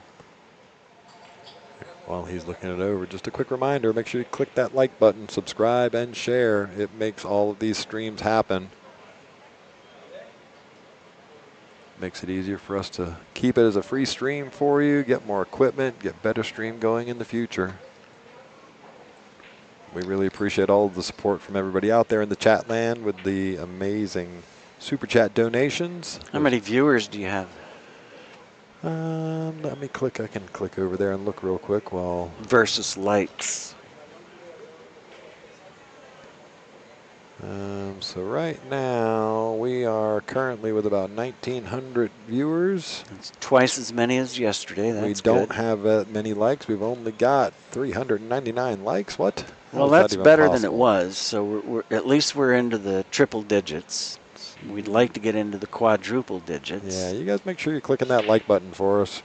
Again, makes a big difference. It will help continue this stream to get better and better. Or dislike. It's all the same. Go ahead and dislike it if you want. What is there to dislike? Come on, John. Well, don't they count the same? It's attention, right? Of course. It's a click. But I would much rather have people liking the stream. And if you don't like the stream, let me know. Ooh. Everyone's a critic. I can take constructive criticism.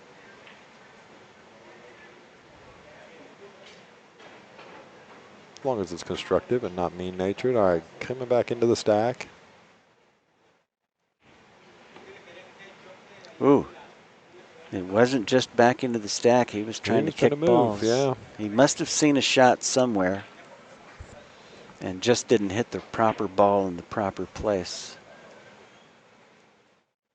Yeah, so I've seen some pretty mean chats that I very rarely look at chats anymore, especially when you're watching the Predator series where they do the chats. And I mean, they get mean and nasty. Yeah, well, there's no need for that. No. So I see Germany liking the stream, Hardwire Billiards. Well, we like you too, man. We appreciate it. Love that you're coming in from Germany. Think he's banking? I think he's not banking because that's going to make a mess of the stack. He might just be trying to bank the 9 up the table and stick this thing. Oh, yeah, another stick shot. And this time on the correct side of the rack. Only these guys are demonstrating that there is no correct side. Yeah, he did. Oh, he was banking it. Oh, my goodness. And look where he gets the cue ball. That's just. And no reward. Yeah, but he got the cue ball super safe. Right, right.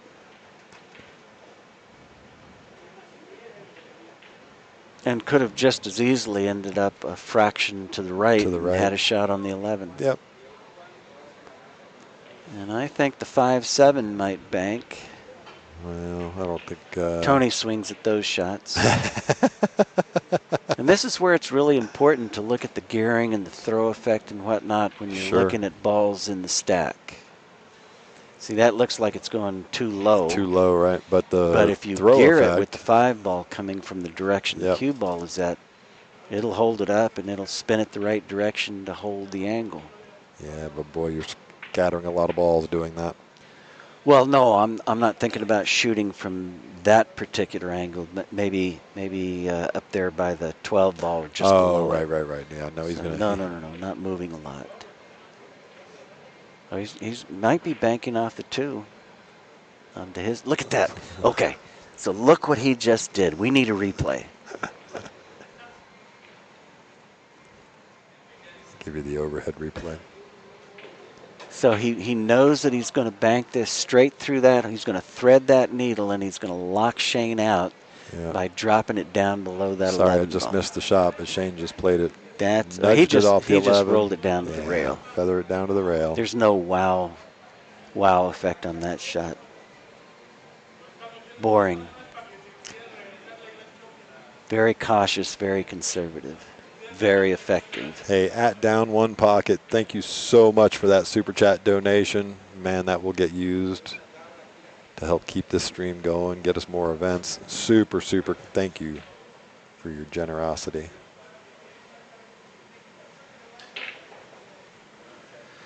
Dwayne, thank you for your good comments. We really do appreciate it. We're thoroughly enjoying the matches, as I hope everybody else out here is.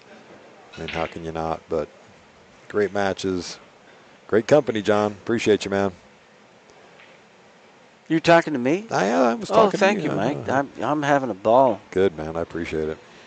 I'm getting my money's worth. And, you know, we still have, what is today, Wednesday? We have 5 more days of some pretty incredible action going on. Shane's just going to kick the 11 out of there, get down by Federer's pocket. A little stun forward shot. Yeah. Left it on the rail, so he takes away the but draw he shot. Triples up the 3-8 over there. He'll take it, but it might actually go. I know Shake would shoot that shot. In fact, he would kick at it and make it half the time. Now, you guys in the chat probably don't know who Shake is unless you're a local player. He's the only guy that I can beat in Skinny Bobs. Don't believe it, folks. And the only guy that I know that doesn't have to gamble when we play.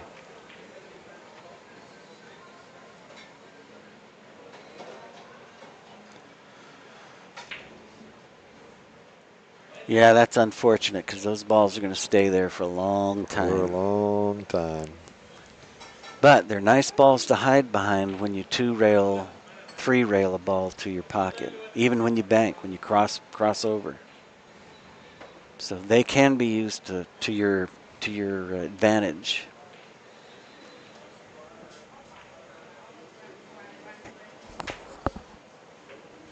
Is he looking at the 15 ball? Speaking of advantage. Yeah, he could be. I don't know if I like it. Yeah, so it's going to come towards the 13. That's hard to avoid. It'd be really nice if you could just tuck it underneath the 3 and the 11. Nope, not this time. Just stick it on the other side of the rack. Leave another ball on Shane's side. Nothing tempting. All the banking lanes are blocked. So Shane is finally going to get rid of the 7. You are right, man. I lost days there, Gumball. Today is Thursday. I don't know what I was thinking. So look at that. He must not have been able to see the right-hand side of that 7. Federer's been protecting this 7 ball for 4 or 5 innings. Yep.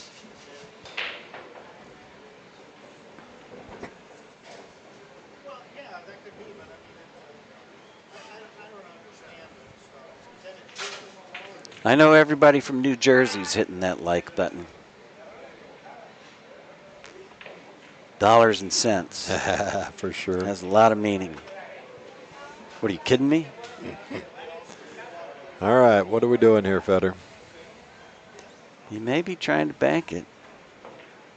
Nope, just getting it out of there. Containing, absolutely.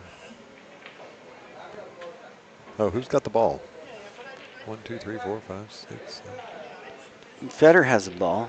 Okay, I missed it. I did too. That was crazy bank shot. I am sorry, folks. That was, you know, sitting here watching this, I do get a little mesmerized every now and then.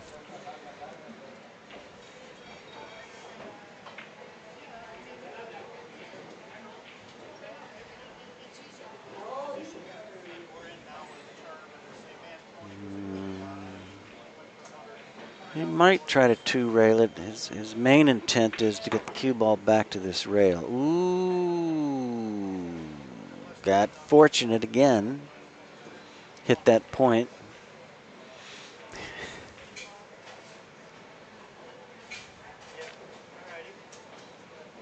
If only you could see the expression on his face. We need a roving camera to follow their expressions. Okay, so we're going up table finally. Up table. Not protecting that 7 anymore.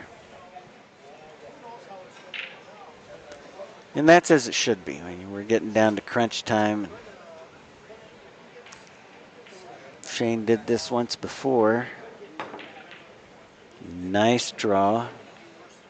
Use that 4 ball to slow down the 12.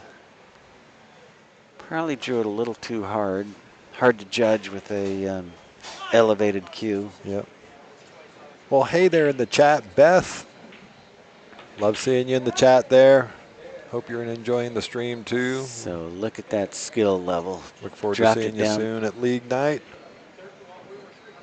Greetings from Florida, Lefty. You are very welcome, man. We are having some fun. This game is definitely gone.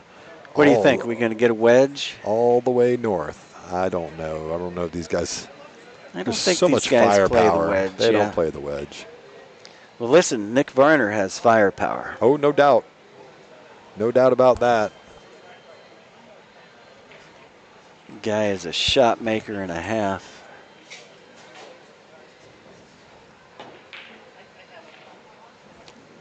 Okay, so they're just going to try to knock balls down up table and try to leave the cue ball on the foot rail. Shane has an interesting shot at a crossover bank. And he would leave the 14 and possibly the 12. Yeah, but not likely. I mean, I think it's a free shot. He's not shooting it. So, well, he's winding up, so I don't know what he's doing with this 14. Trying to open some balls up. Oh, yeah, it was just for the fans. Fun and entertainment, just straight back and forth in between all those balls. Yeah, there's Gumball says in there, we may be in for a treat with some upcoming shots. Most definitely. B.R. Jones coming in from Burnet, Texas. Glad you're here with us, checking out this incredible one-pocket match. This 12 is bankable. Joe Guerra from Tucson. Thank you, man. Oh, look at this thing. Watch Bank the side and pocket. the side pocket. What he says. Look at his reaction. He just he just knows. Right, but I think he only gave up 3 balls, so. Oh, yeah. Wait for it, right? So let's see. 1 goes in, 1 comes out. That puts him back to 0. No, so he only gave up 2 balls, probably just 1. Well, this is Shane shooting, so 2 balls. I'll give him 3. Yep. And what's the score? Right now, 0-0. Ball count is 0-0. So there's 15 balls on the table. Doesn't look like it. Yes, indeed. 15 balls. Yes. Oh, now, man. Did he bounce up the table enough? Oh, my gosh. That is definitely getting a clip. Oh, my goodness. Another wow shot. Oh, my goodness. How you like me now. And just barely thinned it. Thinned the 9. Oh, my moved it out of the way. Yes, indeed. Touch of a champion there, sir. Both of these guys, though, I mean, oof. Firepower. Well, the shot that Federer made was pretty strong. It was. Pretty sporting. Absolutely. And he couldn't put too much draw on it because you lose the gearing effect. So he pretty much had to, just a tip below center. Yeah, for sure.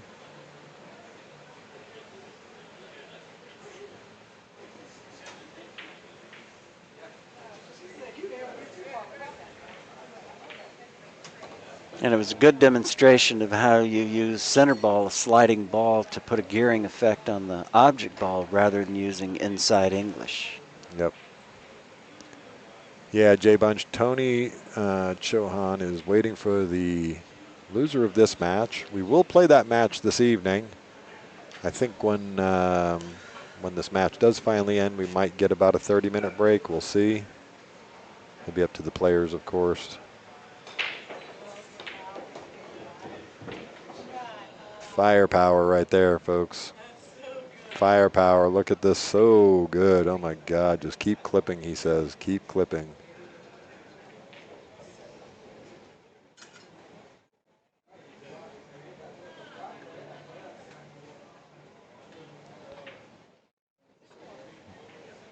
So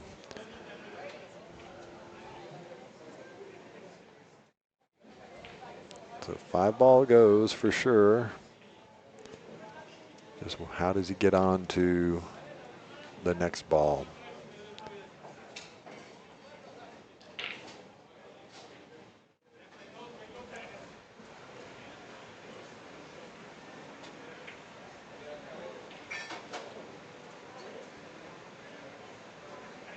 Oh, I don't like this. It almost looks like he's trying to follow forward and get back, go all the way down and back up to get a shot. Can't really draw it because he's just ever so slightly the wrong angle. So I guess now he's looking at a possible bank shot. And from that distance, there's not a lot of room for error, so you don't want to be putting a mile of English on it either to try to get around. Yeah. Yeah, so it looks like Oh, he's my gonna. goodness. No, I don't think he's winding up. I think he's just. No. Oh, he was winding he up. did. Man, what an effort. Well, hey, shout out to H-Town Abel there. Thank you for that donation, man. We really appreciate it. He says, shout out to Cowboy Randy, the plumber. Met him last night at Skinny Bob's. Reed running the table, the legend of a kid. what would have been wrong with playing position for a 2-rail on the 12 ball? Yeah, well, it's not what he liked. Boy, he tried to straighten that up so much. He really much. did, too. Oof.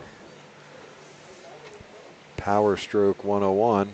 I don't think you could hit that any better, and it was a tremendous angle.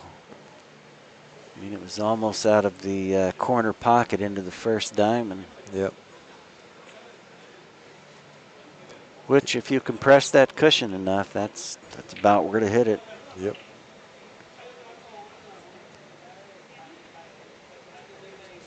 Is he going to bank it? I would think so. Looks like it. A lot of spin, a lot of outside English. Get that cue ball out of the way. A little soft. I don't like it. Way soft. He's going to be okay, though.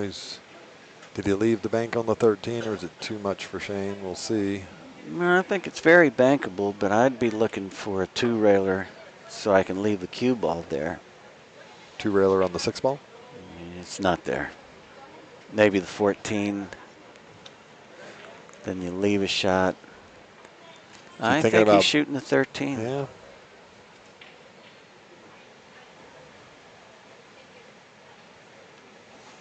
Yeah, stretched across the table here, so this can make it even. Well, he might be able to tuck it underneath the 3. I think he's just measuring. Yeah, contemplating the possibilities. Oh, there's a 6-ball down there. Yeah. Get rid of that. Don't leave Fedor anything.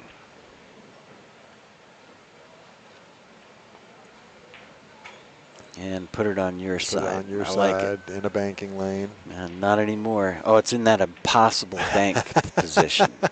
God. Okay, Federer actually has a bank shot here. Yeah, on the 10-ball. But it's one where he's got to, shorten it up with a this one, a sliding center ball, tip below center.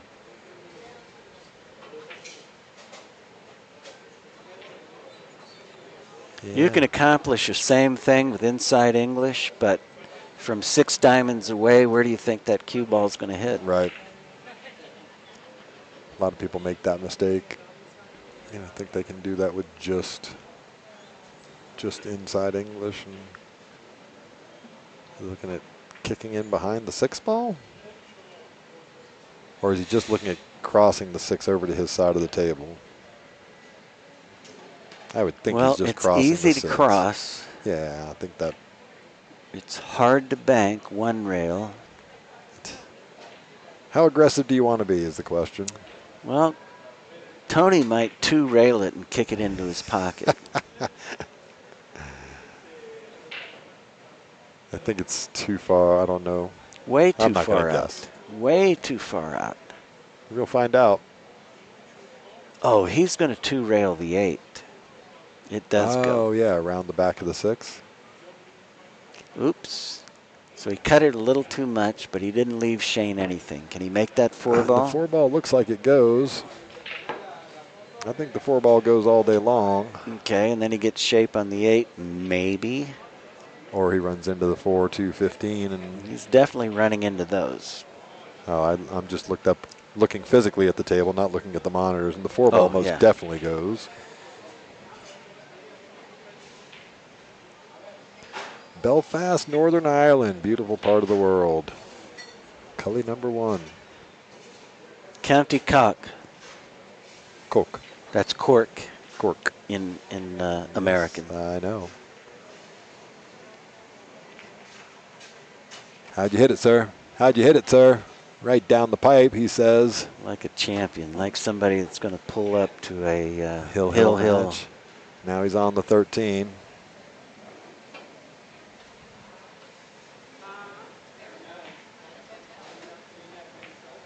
Might hang.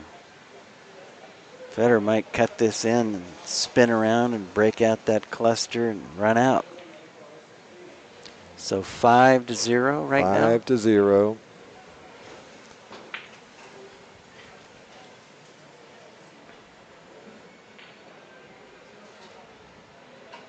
You're going to make this 10-ball and try and make the 13 at the same time in Shane's hole? I don't think so.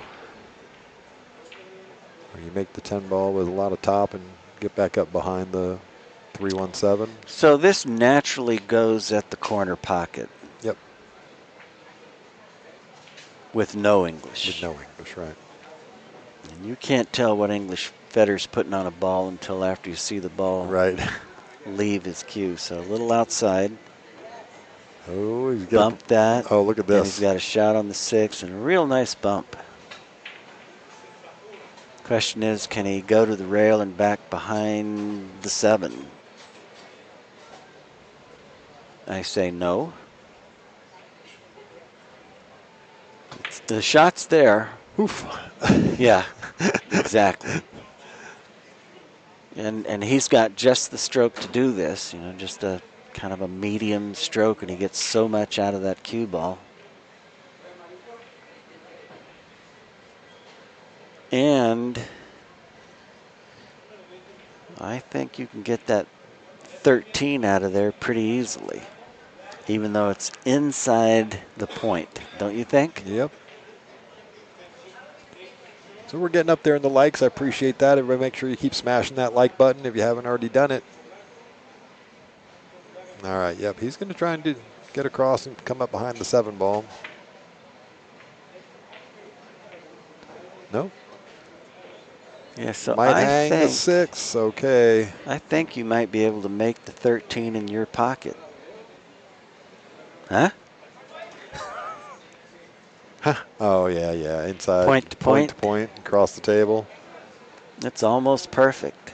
But the cue ball is a little too far to the left. Yep. Best thing to do is just nudge it in. I don't doubt anything after the 3 clearances he played yesterday, like that. And look at the top spin. So he does intentionally. Hang on, ball. That is so unlucky. He intentionally puts the top on it so it stays down underneath the ball that he's digging out. So ridiculously unlucky. What a great stroke. Okay, so we got a match. 3 balls. He's playing for 3. Can't shoot the 8. Needs the 13, then the 6, and then back down for the 8.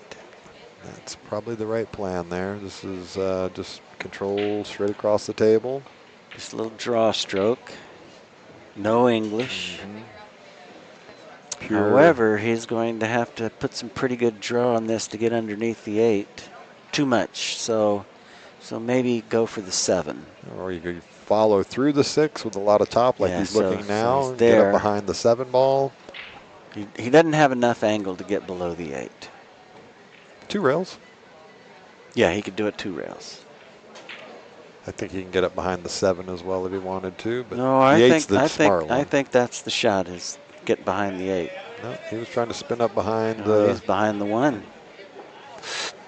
Ouch. Ouch. Should have listened to you. I mean, Mike, I agree that it was in the easy 2 rails behind the 8. Natural. Don't put that on me, man. Didn't I am have not to do second guessing anything. SVB's Well, he can choices bank of the 7, prowess. can he not?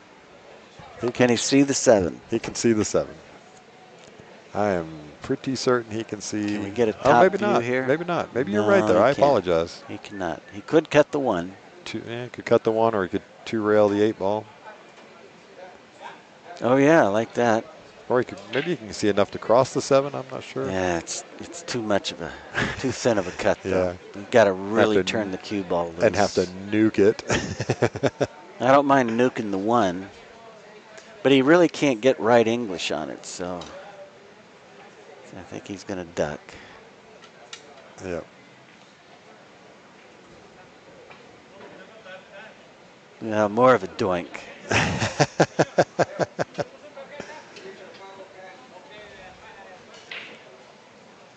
So he can't 3-rail the 1 because the 8's sitting there.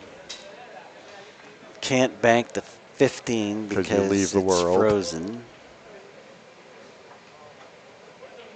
He could twist the 2 ball maybe. There might be enough room between that and the 15. Yeah, maybe. He's oh, he could bank the 1. Yeah, he could bank the 1. He's pretty good at this. Just think of the accuracy required to shoot that shot. Yeah, unfortunately, he just gave it up. He just left straight in on the 14 ball. So, well, guess what, folks? We sent Dandy Don home. We went 3-0 to Fedor Gorst, and now we are in a hill thriller. What more could you ask for out of this match? And we're not allowed to call for the gravity challenged lady singing, are we? Very true. I miss those days. Yeah. Thanks for the donation there, Mike. Don't forget to like, Mike. We definitely appreciate all the generosity and donations and super chats from everybody. And yes, we are hill to the hill. Has to be one of my favorite names, Mike. I'm rather fond of it. I've named several of my pets Mike, or Michael, or Big Mike. I've been... Archangel. Yes.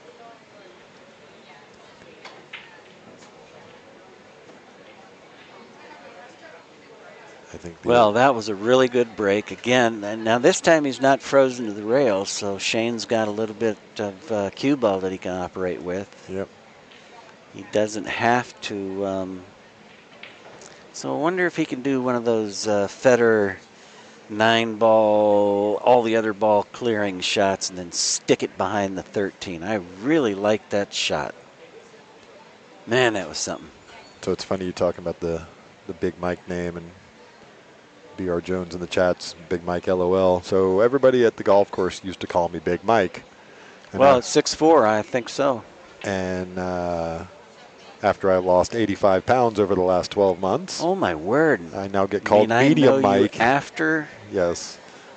85 pounds? Good God. So that's 300. I was just slightly over, yes. Mm. So yeah, now the joke at the golf course is now I'm Medium Mike compared to what I was. I'm still tall, of course. Wonder if I could do something like that with the name Bastrop. Strop. How do you make a smaller strop? Chicken strip. Strip. There you go. So he's a strip now. Because he was hard pushing 300 pounds for a while.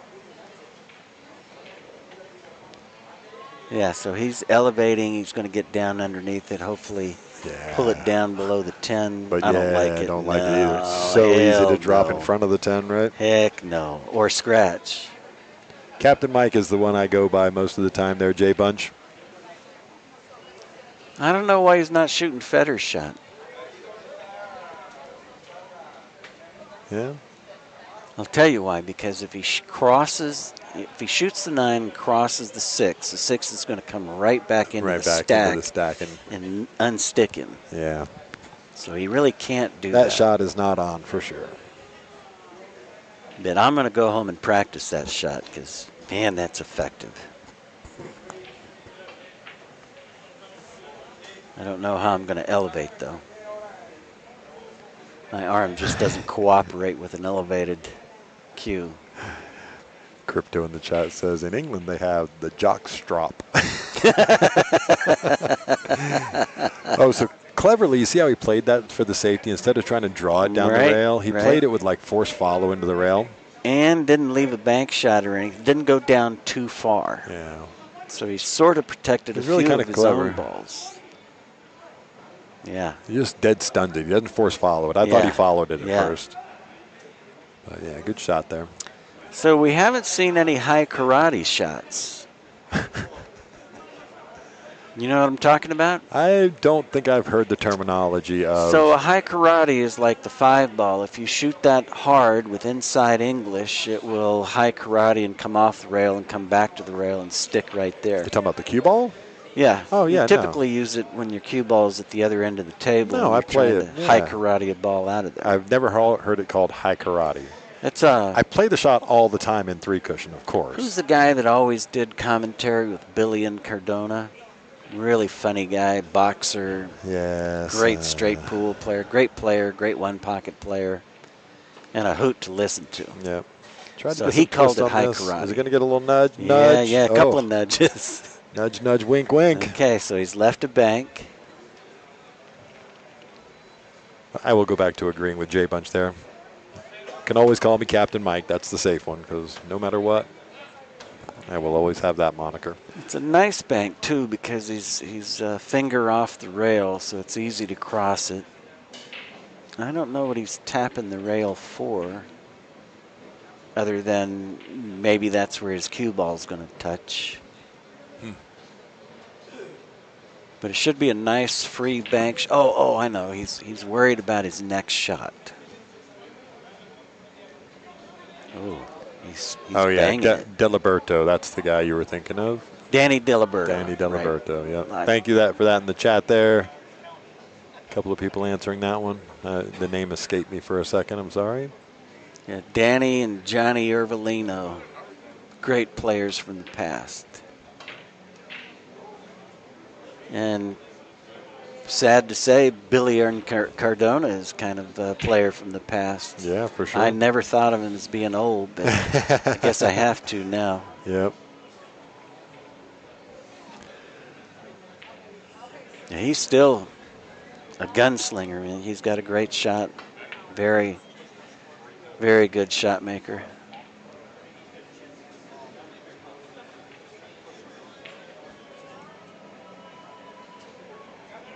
Okay, so we get to see Federer's banking skills. Looks like he's hitting it low, so he's going to draw it back. Kind of a free run on it. Well, does he draw back for shape? Yep. Yes. Yep. Just didn't quite get the... He's an Efren class one-pocket player. So I would roll it in and roll the cue ball down to the other side and hope I get the ball in front of my pocket and maybe hide him behind the stack. But drawing back for shape is just not in my arsenal.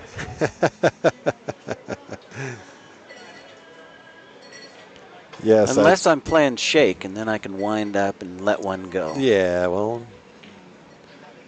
And then he's going to run 3 and bank kick combo one on you. And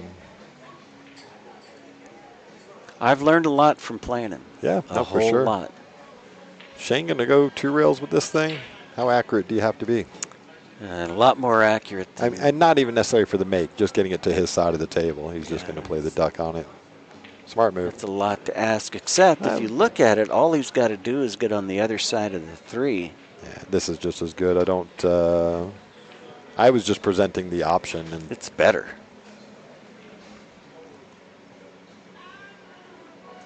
It's hilarious. You're watching the table, and I'm watching the screen.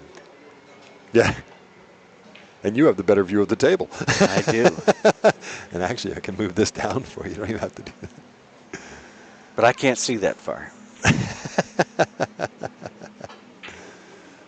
So he's going 2 rails.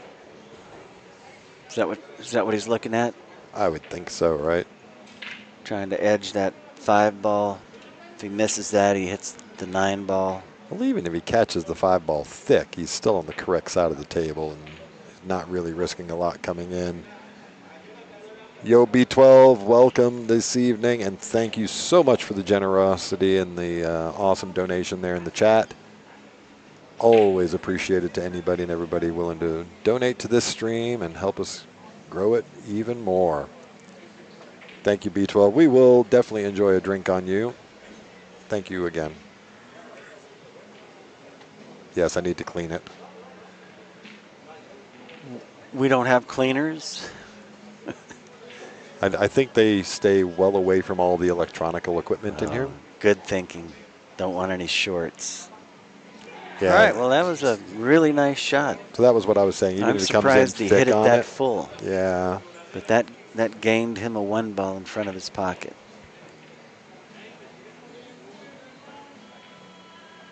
Now, was this off of Federer's break, and how does that 9-5 look? 9-5. It's not there for that carom shot that you're talking about. Well, maybe off the 13. I don't think so. Oh, off the 13. But does the 9-5 line up with the corner pocket? Close. Little low. Just a little cut. You wouldn't want to play it off the 13. I mean, maybe a Tony, but too much risk involved in that shot, I believe. Right, you're on the wrong side of the stack. All kinds of bad things can happen. Yeah.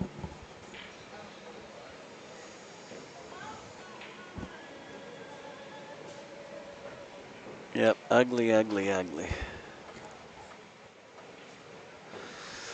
No good way to get to that 1 ball. What?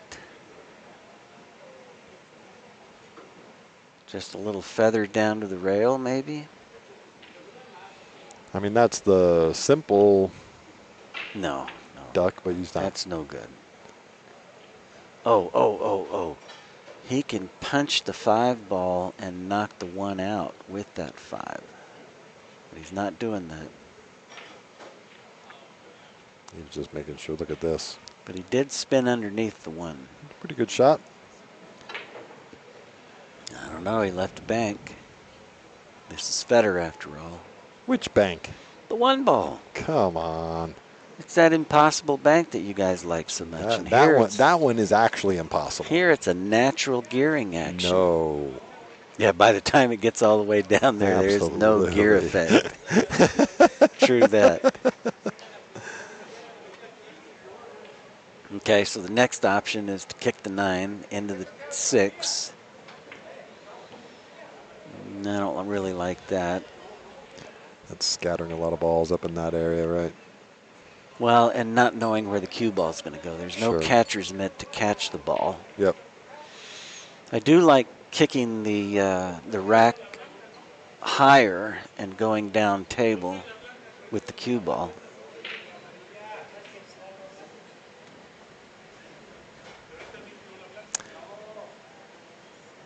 Yeah, you're right, Jeff. There is nothing is impossible with Federer or Shane or Tony, or the list goes on with the guys we've had here this week. Wait, that 1 ball bank is impossible. I agree, it's impossible. Yeah, I mean, it's. I wonder if you could 2-rail it. I think the 5's in the way of that. He did go ahead and kick the 9. So he gets the rail. Move balls to his side. Yeah, a little bit on his side, gets him open. Left the 6 for Shane to knock out. Can't really get to his 1 ball. You're right there, PV. Sometimes there is no great shot. That's very true. And the 12 might be bankable, so this time he doesn't want to roll up underneath the 1. Probably should just stop right there at the 6. Yeah, you either stop right there. I mean, you could send the 6 ball around and stop right there and get the 6 ball going up the table back to your side of the table. Got a nice 4-railer there into Federer's pocket. No. You straighten this up and bring it up and around to your side of the table, middle of the table. You think? It's going to take the Yeah, I see it now. Mm-hmm. Just put the 6 on your side of the table. Little stop shot. And here we go, the impossible bank. You know, it's funny, when I was outside before this match, somebody had asked me what I thought, who was my pick for the match, and I stuck to my guns. I'm not taking a pick one way or the other because I love both the players, and I think they both are So incredible. born to be a diplomat. Well, maybe. The next one, they were like, well, how long do you think the match is going to take? I was like, well, it could be 20 minutes. It could be 4 hours. Well, when it goes 3-3, it's going to take quite a while. Yeah, we're a little over 2 hours now, right? Okay. Right back into the... The match is on the line. The tournament is not. Now, he can't shoot this 5-ball bank, although it is on. He's not going to risk leaving that. So has Shane come from 3-0 down? 3-0 down and down 3 balls. Pretty strong. In the 4th rack. Pretty strong. You think Federer's confidence has wavered? Nope. Not one bit. Nope. Not his style. Think Shane's confidence has Grown, improved? 100%. I can tell by the way he sits in his chair and stands and watches the shots. Yep. Because for 3 games there, he was kind of he was a little slumped over. Got to be careful here because the 6 ball's bankable. Even though I would never dream of shooting that shot from underneath. Yo, what's happening, Justin Espinosa in the chat? J.E. Thanks for joining us, you beast. The straightest shooter in Southwest Texas. Southwest Texas?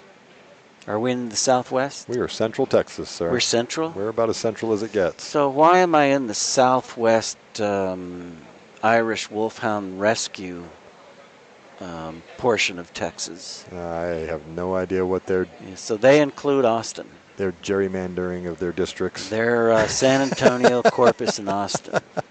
Yes, Fedor did break So in this. North Texas, East Texas, Southwest Texas. But yeah, Central Texas, the heart of Texas. This is Central Texas. Doesn't seem like the heart. Dallas is more like the heart. Drive 10 hours to get to El Paso. That's right. It's a 10-hour 7 drive. hours to get to Louisiana. I had a Suburban. I could make that drive in one trip without stopping for gas. The kids hated it. Are we there yet? Can we? I got to go to the bathroom. Yeah, I told you. So what do you better think go here, before we John? leave.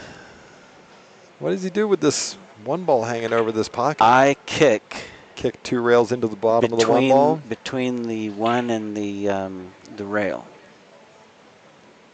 So I actually like the other kick, but look at this. Going to get the ticky kick, bink, ticky. Yep, perfect. But now he's left that 6 ball bank. And in fact, he's left the 1 ball bank. I think I like this. Well, the 1 ball bank is tough.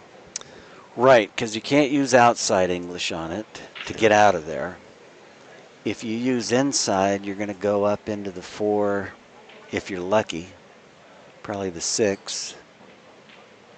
Probably not get a shot. If you could miss the 6, you might get a shot. But you risk knocking a whole bunch of balls over to Shane's side. Right.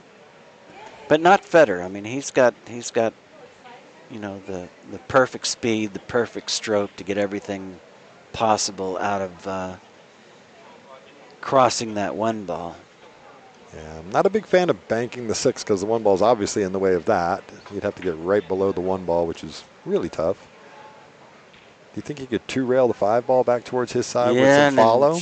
That sure looks like what he's looking like. And that requires just way more accuracy than I ever thought of having. So I wouldn't even consider it.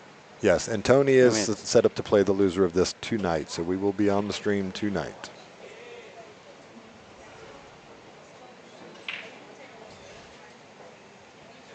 Just so you know, I was told.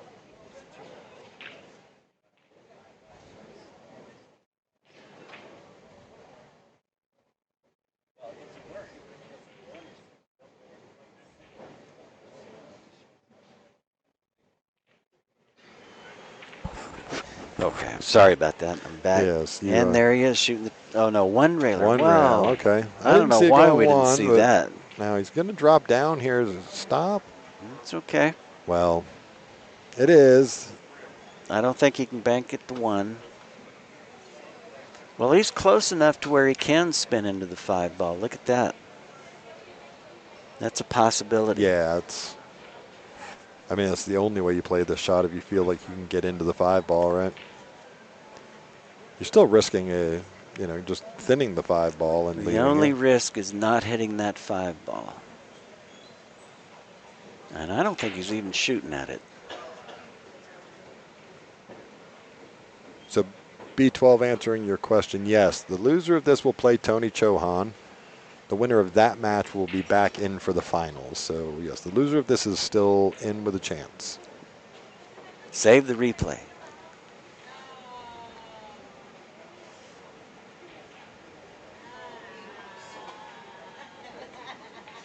Yeah, he got the 5, but he really didn't get the 1 the way he wanted to. Yeah, now I don't think it's bankable. And he's taken away the 6-ball bank, so he's in pretty good shape. He's got the impossible 5-ball. I don't need to save that replay. The 6-ball bank might not be on, right? Well, I think the 1's in the way. It's close. Even with a little twist? It's at 12. No, I think it's way in the way. I mean, Okay. you really have to open up that angle to hit Yeah. it above the diamond and get into the pocket. But again, my perspective with the screen is terrible. Oh no, it definitely changes when you're actually on the table looking at it. It wouldn't surprise me if he could twist this. Well, here's a shot I like, is to go rail first and bank the 1 back to my pocket. Rail first. Oh, right, come across the face of it? Yep. Yeah. Tony shoots that all day long. Tony shoots without even thinking about it. Federer's looking at it right now. Yeah, just I'll show you the overhead. Dial it back. There you go, and there's where you shoot. Yep. That's perfect. That's perfect. Put a little piece of chalk up there. And, okay, point at that. Lick it and put a little spot there. Hold on to it. Move the coin underneath there where you want to hit it. Make sure the angle looks right.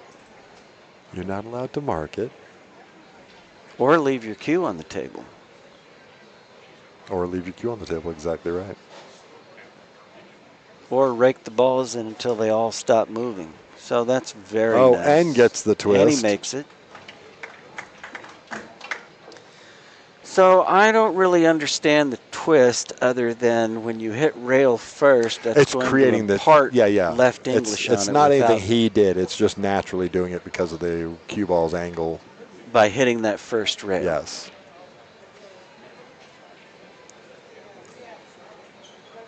Now all he has to do is make this and he's off to the races.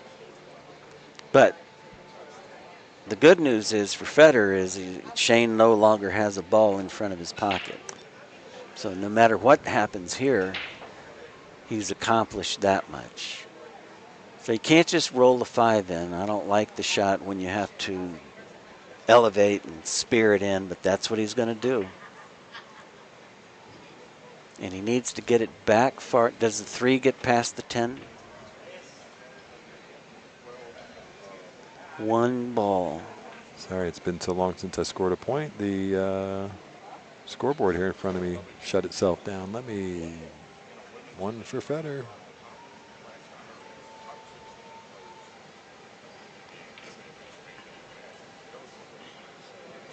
Oh, he did roll it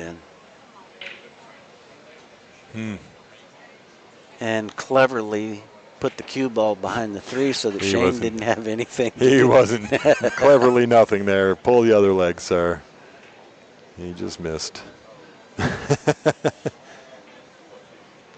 Well, does Shane have a back kick or can he shoot straight at it? Yep, back kicked it. Yep. No rail. No rail.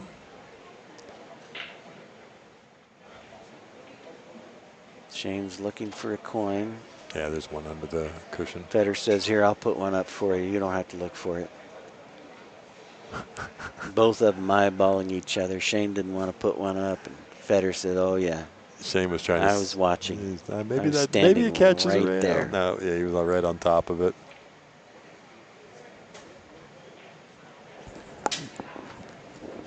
So look at all the shafts Shane has in his cue case. Yes. 1, 2, 3, 4, 5. I wonder how he decides which one to use. Yeah. Probably based on the tip. One of them is a jump cue, of course. One of them is a break cue. Oh. Because he is playing 10 ball after all. Oh. And then he'll have 2 backup shafts for his playing shaft. So how does that 13-9 situation look? Is there anything that he can do out of the stack? Yeah, No. he's eyeballing it, but. Well, so the 15 caroms off the 2 in the right direction, but it's a little bit low. If you could, well, so how does the 13 carom off the 9? It's a little high, at least from this angle. And there's no reward, because if you shoot that, everything goes to in Federer's direction, and you're stuck behind the stack. There's just no getting out of that. Yep, for sure. Unless you could, yeah, so is he back to looking at the 6 ball and knocking the 5 out too? Yeah. I would think so. He's just going to smash it. I'm going to smash your boy. Hold the cue ball right there. Okay, good shot. Do you watch UFC ever? Conor McGregor and a little bit. Khabib. Yeah, a little bit. Nurmagomedov. What a great fight. Yeah, I was about to cancel my Paramount stream when they announced that UFC was going to be on there. Yeah. A couple of really good nights the last couple of weeks. Got the straight bank on this 15 ball. And he's going to follow through. Yep. To get on the 10. Yeah, the 3 doesn't go past the pack into Shane's pocket, so it's. Shane can definitely make. Oh, Shane can't make the 3 ball? I don't think the 3 does not go.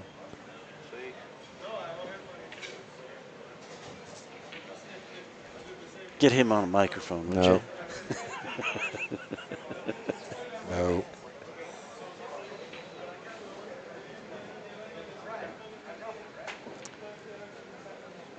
Yeah, the 15 ball was the bank there. He just didn't get enough either angle or a little bit of spin on it, but.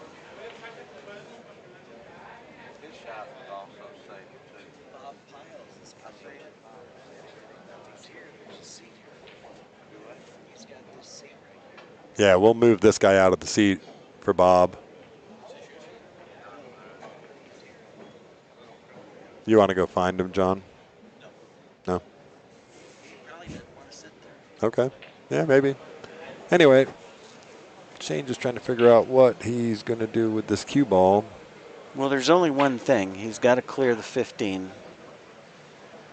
He doesn't have a shot. I suppose he could bank it and drive into the stack and hope he doesn't leave anything. No, he's not doing that. He could use the 10 to clear them both. Very risky.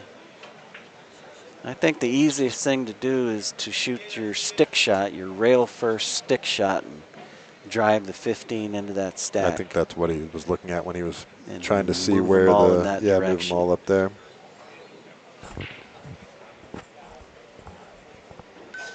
But the thing to realize is this is it. This is the game. This is the match. So whatever he does, he's got to be careful not to leave Federer a shot like he did the last time. I think he's really fortunate. You're going to to be thin at the the 10 and clear the 15? No. Off the 10 into the rail. Yeah, it's there. I mean, you could bank. You could shoot the 10 into the 15 and cut it. But you're taking a big risk on coming back and hitting your cue ball.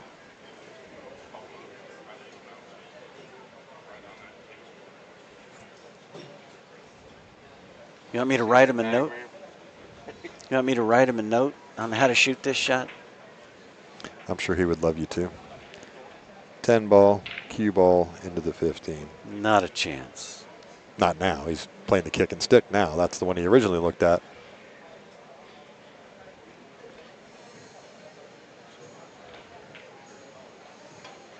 And he hit that really good. It's a foul.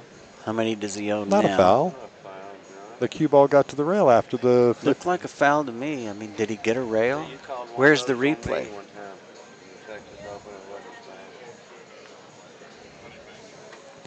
Watch the cue ball after the 15. Tongue in cheek. Oh. You don't have to show me. LD's here. I've made so many bad calls on him. Oh, that's funny. As a referee. I'm just making sure everybody saw it. His opponent would be shooting a rail first and have to hit in between two balls, and it was, as far as I'm concerned, if the tie goes to the shooter. Look at this falling right in the pocket. Feathers that 4 ball into the stack and just falls right into the pocket of the 13-9. Great touch. This is a shot worth practicing because it's real easy to get it wrong. So now Fedor, not Feather. Feather. Yeah. Feather. Fedor the Federer. Just right back into the stack. And right now the balls favor Federer. That 3 goes, I believe, and the 8-14 goes. So he's got 4 balls. He might even look at a little pace with this one, but no. No, doesn't want to give Shane anything to shoot at. This stuck to the stack is a good place for Shane. Yep. And Shane may have to take a foul unless he just wants to feather down to the rail or challenge Federer. That's what I would do. I would roll down off the 5 and try to get behind the 6. So Johnny in the chat there, the names on the scoreboard down there are not indicative of their pocket. The other pocket is Federer's. Hey, now there's something you could do. I'm not doing that. Have another display that puts their name on the pocket that they're shooting to. Little label right there. Yeah. Oh, what was that? Did he hit it? Did he get a piece of that? Of course he did. Yes, indeed. So he's challenging Federer. He's challenging Federer.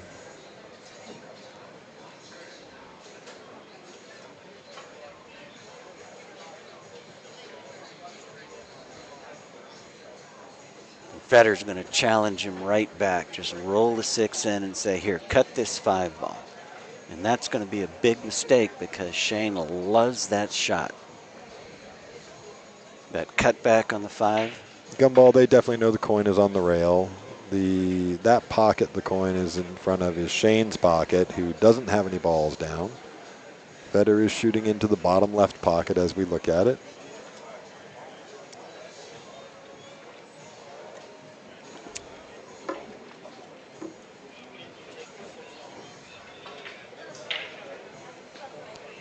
The scoreboard is provided directly from a feed with digital pool, so I don't have control over which side the names go on.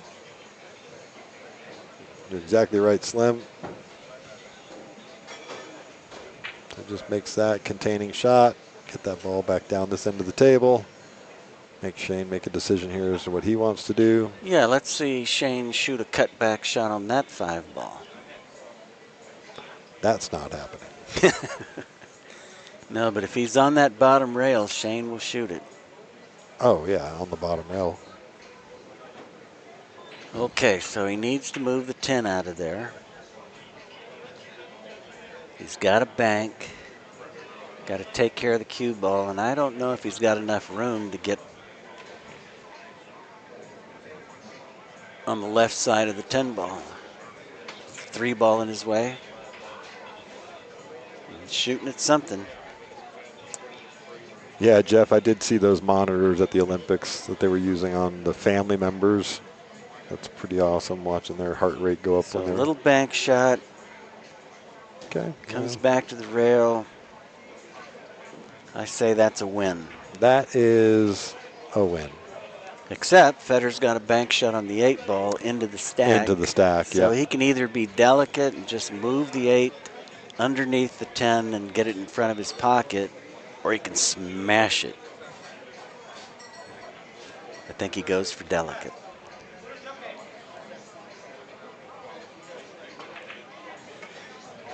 And only because he's on the rail. Right. I mean, otherwise you could hit it pretty firm and take the cue ball down by the 5 ball and open up the rack towards your pocket with this shot. Yeah, and Not going to do that. And just so everybody knows, it is a race to 4. You can see the number 4 next to their names in the scoreboard. That is indicative of how many games they need. So he's looking at a carom shot here. Caroming the 3 off the 14 and taking the cue ball into the stack. Yeah, if he hits right there, he'll go into the 2 or the 13. The problem is the 14 is going to go into the 7 and disrupt all of his plans. So I'm not sure I like this. I mean, I like it. It'd be a very creative. The problem is the 14. What's it going to do to these other balls that he's trying to hide behind? Sure. Okay, very nice, very well executed. Oh my word. That was a ridiculously good shot. We'll remember that for future one pocket games, will we not? Well, you have to be able to execute it though. So we only wow it if it falls in and he's got a shot. No, I've got it memorized. It was a great shot. It really was. And so the reason the 14 wasn't a problem is the carom was going to be really thin. Yes. So the 14 wasn't going to move very far. There wasn't a whole lot of energy. Disrupt his balls. Yes. Not a whole lot of energy being transferred. And he's fully aware of all of those details.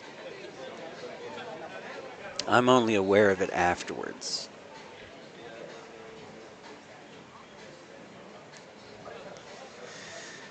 I guess he's going to try to cut the 13 in and not foul. I better look at the table here. So it does look very cuttable, but I don't know how you generate enough speed to cut it into the pocket and not foul. Yes, Art, you're right. 2 things stacked against the average player. 1, you have to see it. 2, you have to execute it. Ooh, that execution, man. That's 90% of the problem. Yes, I should be executed for some of my execution. B12, this is a great game. You're saying my nerves would be shot playing this game. It's a great game. But execution is what allows them to shoot so many shots that we don't even dream of trying. God, man, look at this shot. He's going to nip it. Oh, the 9 came out. Oh, my gosh. Can we get a replay? Risk reward.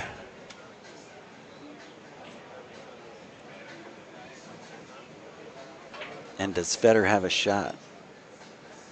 Well, he should have seen that.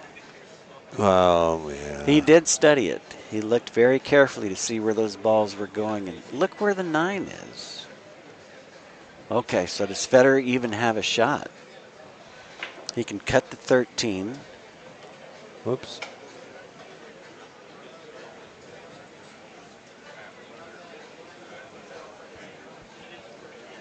Well, he can cut the 10 ball down into the combo if he wants to take that on. No. But yeah, it's a pretty big pocket with the 3 ball there. So I think the 10 ball is probably your best shot. Good call. You're running back into the stack, pushing balls towards Shane's, but you end up with a shot on the 4 ball. Yeah. I like everything about it. It's got possibilities. Now he could. Jeff in the chat says he always has a shot. He is the ghost. He could spin the 13 in and make Shane's 12 ball. Yeah, he just. He had to take a quick 2-minute. He's back at the table now, getting his glove on. Yep. Looks at the 13, option 1. Option 1. Looks at the 10, option 1A. Yeah. And that's where he's going. I like that option. Because he could go rail first, he could go straight into it, he could do an awful lot of things. He could hit it perfect or he could hit it imperfect and still make it. Yep. And yes, B12, you are right. So, the 10 into the 3 ball. So what about the cue ball? Just comes straight back out across, right? Into the 15. You could actually bring the... Even if it hits the 4, it's okay, but it won't. Well, ultimately, you probably want to run into the 11 and give yourself the 4 ball, right? Or make both and be dead on the 9 ball. And he got really fortunate. He made the 10 and the 3. Made them both, and I think he's got a shot on the 9. No, not from that grimace. And look at Shane. If he does not have a shot on that 9 ball, that is about as unlucky a roll as it gets, right? Top view. No shot. Got a combination here. I don't think he can even spin that 9 ball. It's close. Jim Lattermill asking, he's new to one pocket, can you jump? No, you cannot jump in this game. Well, you can with your playing cue. Not with a jump cue. You can with your regular playing cue, of course. Usually a distance jump, not the short jumps, which would be really nice. Maybe even for this shot. And Federer is the world's best jumper, so you would have seen him jump by now. He is one of the best for sure. Well, he's shooting the 9. Yeah, he's going to have to spin it a little bit. With a giant grimace on his face. He's taking a look at the 14-9, I mean the 15-4 combo. This is for all the marbles. He checks the ball count. Yeah, he's got 3. He's playing for 5. What does he shoot after the 9? Does he cut the 4? Does he bank the 13? Bank the 13, right? Ew. That's like shooting a straight-in shot for these guys. Right, but the 9 isn't shooting a straight-in shot. No, it's not. Controlling. It's like a combination. Now he's looking at the 15-4. Option 2.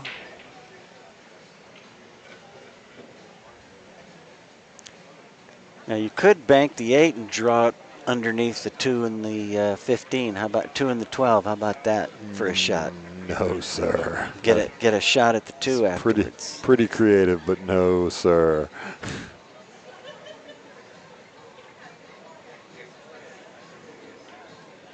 Is he going?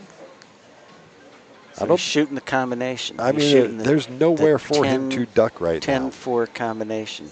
Right, because of those 2 balls. If there was only 1 ball. I mean, I shouldn't say that. He can duck. He could kick in behind the 2 ball and just try to nestle in with the 12 in Shane's pocket.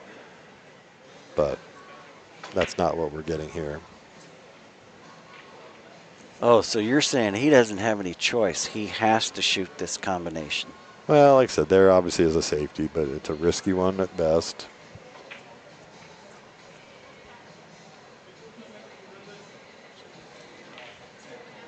Yep. Yeah, that's and Shane was practicing his masse shots, so it's going to be trouble. You know, even if you tucked him behind the 15, he'd masse it out and knock that 15 in. Okay, counting his balls. He needs 8. Shane needs 9. Oh, he owes a ball, so he needs 9. Thank you. Somebody's paying attention. I did neglect to have it up on the. Yes, but you knew. I did have it in my brain. Okay, so Jen will probably try to break that 13, or do you leave it? I don't think he's going to try and break it from here. I'd like to open up. I'd like to tap the 4 and open it up. Not Shane. So he might just draw this straight back and play the 4-13 combo. Yeah, I like that. It is pretty. The 7 and 8 go. The 11 goes. Does it? Yeah, the 11 definitely goes. Oh, man. Oh, he's got the world here. So this is a needle I'm not going to try to thread. I'm going to come underneath it. I'm not going to try to go through the 11 and the 8. I'm going to draw it back. Yeah, no, for sure. Well, Roberto would thread that needle. That was a little weak. Well, But no, he wasn't going to risk getting the 9 in play with that. It's a pretty, oh, I see. Yes, okay, so keep it low. Don't want to get behind the 9 and have a 3-ball combination. He has plenty of balls here. He's got to stroke this to get a shot. He did. Come up above everything. Not only did he stroke it, he put outside English on it to get up above that 7. So what's the ball count now? He's playing for 6, which he has 6 out there in the open. Wow, that's a lot. 1, 2, 3, 4, 5, 6. He is playing for 6. I think he's the favorite. You go. Oh, but the 4 is a blocker, so he's got to get that pretty soon. So maybe shoot the 8, then the 4, and then come around for the 9, 11, and 7. Now he's shooting 7.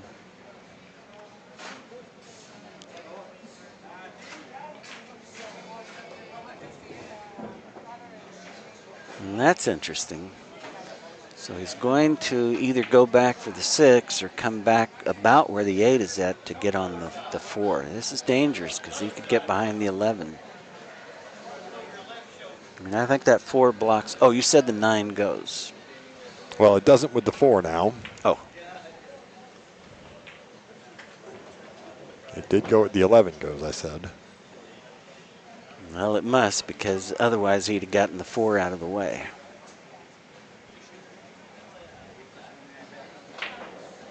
So a little stop shot and then come around off of the 4 for the 9 and then up for the 6. There.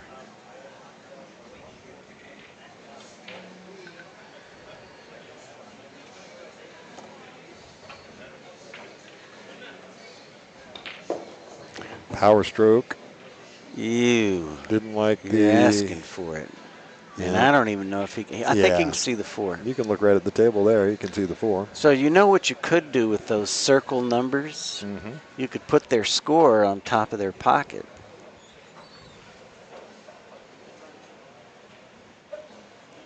Okay. Keep it simple. Obviously, I'm not a software architect.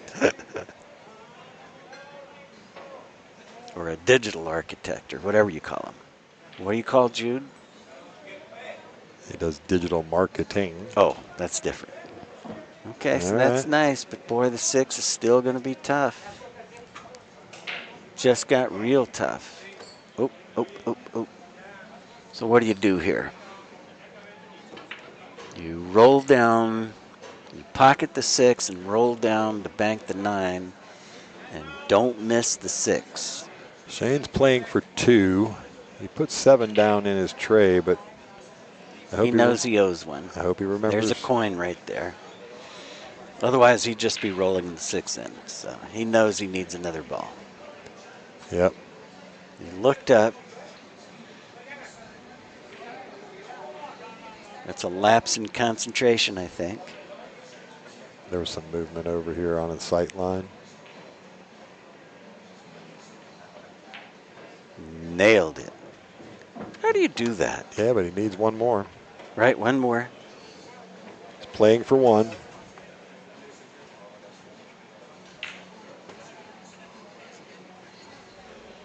He knows he owes 1.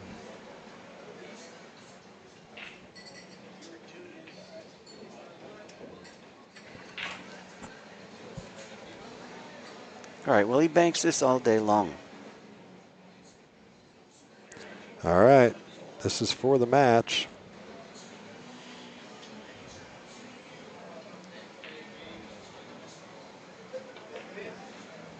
Okay. He shorted it. Well, it's a tough shot. It is a tough shot. He's allowed to miss that. And it makes it more exciting because we still have a match. Yep. Let's go. Get them likes pressed. Gotta like this match. Oh, if you don't like this, you don't like pool. So Federer moves the coin out of the way. Yep. Got a bank on the 12, on the 14, and draw it back for the 2, and then draw it to the rail for the 9. And that 15-5 is lined up perfect to bank the 5 into his pocket. So that's adventurous. 1, 2, 3, 4. He needs them all. He needs them all. Yeah, perfectly. God, who banks better than that? Oh my word. Pocket speed, Playing for 4. position.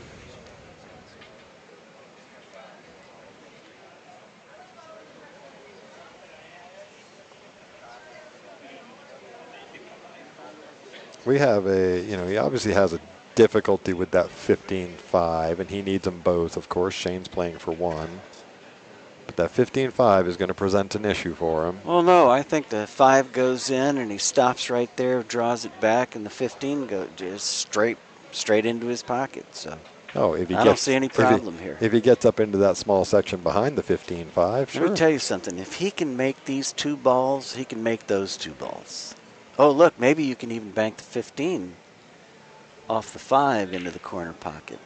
Those are highly unpredictable, but All of them highly. Hell, this is highly unpredictable. I get it. He's got to draw it to the rail. I give him soft. great odds for this with too. shape. Me too. With that stroke. I mean, okay, doesn't get straight. much better than that. I mean, as far as the make and the speed control. All right, flip a coin to see who's going to be the winner of this match. This is just too exciting. Yeah, he's just so flat. So flat on this 9 ball. So well, I think he can go 2 rails. You know, he can hit that with inside English and get pretty far up. He can get up to the side pocket with this shot. But what does he want to do? He's really not looking at the 15-5 as a banking option. No, of course not. And I don't think the 5 goes past the 15. No, now he's looking at getting on the underneath the 15-5. See that?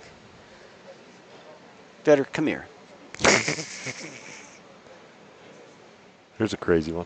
Play the rail first into the 9. No. No, I'm joking. Big 4.5-inch pockets. So he did get around. Oh, look at this, look at this, look at this. If it gets a little harder, oh my God, he's so close to getting there. A little short. And now the 15's not bankable because you need to be driving the 15 to its right to hold the angle. Here it opens up the angle. So the danger here is leaving Shane a bank shot. This match is nowhere close from being over. So notice he's just going to stick it on the 5, and Shane has nothing to bank. And he put a 15 ball over there for himself to bank. Shane's just going to feather down. No, wrong. Push the 5 over. Said, here, I'll leave you a crossover bank. Jeff's wasn't even close.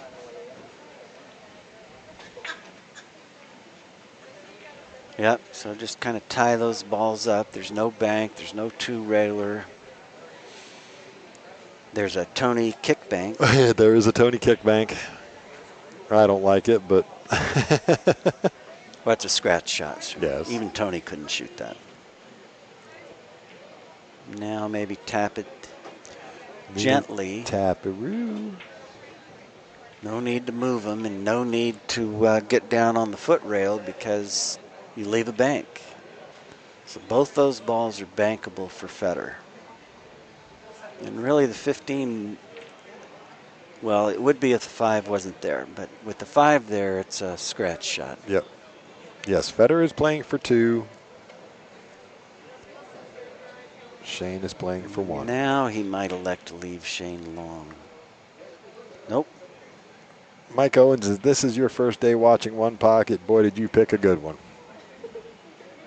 Well, what about this 2-railer? Can't shoot it because you might make the 5 and you might go straight up the table. And so I like that. He's left the bank on the 15, though. Yeah, but I'm going to leave that all day long because you're going to lose the cue ball. 15 ball is going to get around your pocket, but not in. You think? And the cue ball is going to go 2-3 rails and leave a bank. So, and you need 2 and I need 1. So have at it. Shoot the shot.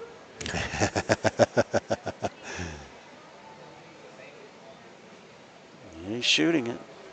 Ooh. Looks like he's putting a little bit of outside on it. Oh, he was kick banking it, the Tony kick Oh, bank. the Tony kick bank shot, and he left Shane a cut shot and a bank shot.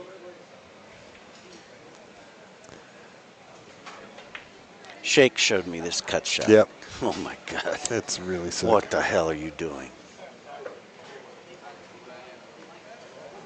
I mean, it could be closer to the rail, and he shoots that cut shot and makes it. Yeah. Shane's going to cross this one now. Yeah, I think that's good strategy because the one ball is blocking the scratch. The 5 up there in the I'm corner. sorry, the 5. Yeah, no worries. Senility. Sorry. Pretty good shot there. Well, could have done a better job of moving the 5. He doesn't want to move the 5. He 15. needs 1. Oh, the 15. I see. I was going to say the 5 ball. He doesn't want to move that. He only needs the 1. I'm gonna reset now and see which balls are which. Nurse, we need some coffee in the booth. Okay, well, there's your 4 railer with a little high karate to leave the cue ball down there. With the cue ball. Oh, and there's the Tony 2-rail kick it into your pocket Kick it towards shot. your pocket shot. Is he playing it? Nah. No. Maybe. His name's not Chohan. Or is it Shohan? What do you mean? Did. Look out. No. What a Okay, there's a lesson to be learned there. brutal. Don't shoot any of Tony's shots. That is brutal. Because Tony's spent countless hours on those shots. And you've just watched it. It's Shane Van Boening. I bet you he spent some time on that shot also. Yes. Oh, no my doubt. gosh. What are the odds? odds? What a turn of events. But the lesson is there's a possibility there. So when you just need 1 ball, do you shoot that shot? Right. And you get a ball by your pocket. Yep. So Federer needs 2. And we just saw him make this shot withdraw and get on the 15 ball. He actually had a tougher shot before because he was elevated. Yep. And the ball that he had to make next was right where the 15 is. Well, maybe a little closer to the pocket. And definitely closer to the rail. So, is that Jude? Where? No, not in the red shirt. No. Yeah. Okay.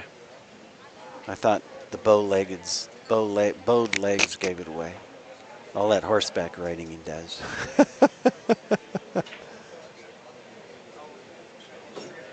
All right, so Federer just taking his time. He's going to bear down on this one. Yeah, I think he's the favorite. Potential game-winning shot here.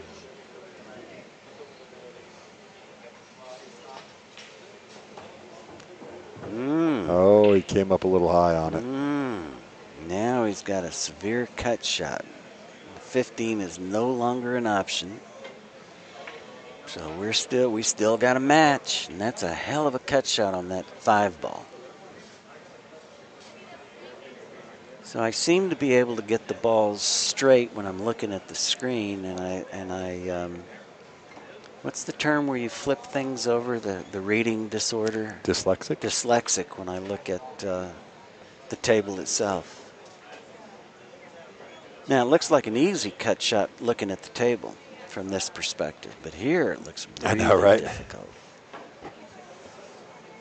Well, you know, do you put a little draw on it to keep it out of the corner pocket, or do you just roll it naturally? He's lining it up, though.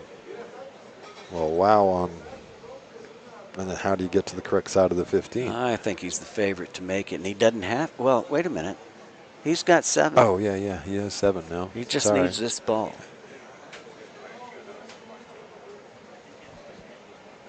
He's talking to himself now. I've never seen him miss a ball after he talks to himself. He convinces himself that he's going to make this. Federer is playing for 1. Might take 2 or 3 lines to do it. Okay, so that's got his spot. Oh, yeah, he's got to be just Work all those different lines out. The only thing bad that could happen is the side pocket. Or miss it. Okay, so none of that happened. Never expected him to miss it. He can high karate this ball or just stop it. I've been dying to use that term the last 2 days. I love it that you got it in. No, he's not going to high karate it. He's not high karate it, no. He is going to think about another Tony shot. We're going to go back to the... Yeah, he's looking real hard at going 2 rails, and there's no way I would shoot that. 2 rails and knocking the 5 over to the 15 and the cue ball up to the foot rail. Pretty good shot, but... Oh, no. Why would you do that? Loses the... Wow. Federer needs 1. So hit it too hard. It was a nice try. He's just warming up for Tony is what's going on. Shane has been warming up for Tony the whole time. He's going to show Tony he can do whatever Tony does. That was a very big error there. Well, and he needs 2. Oh, which is why he shot it that way. He needed 2. Yep. 1 wasn't enough. So if he could bump the 15 over. Yep. For the win.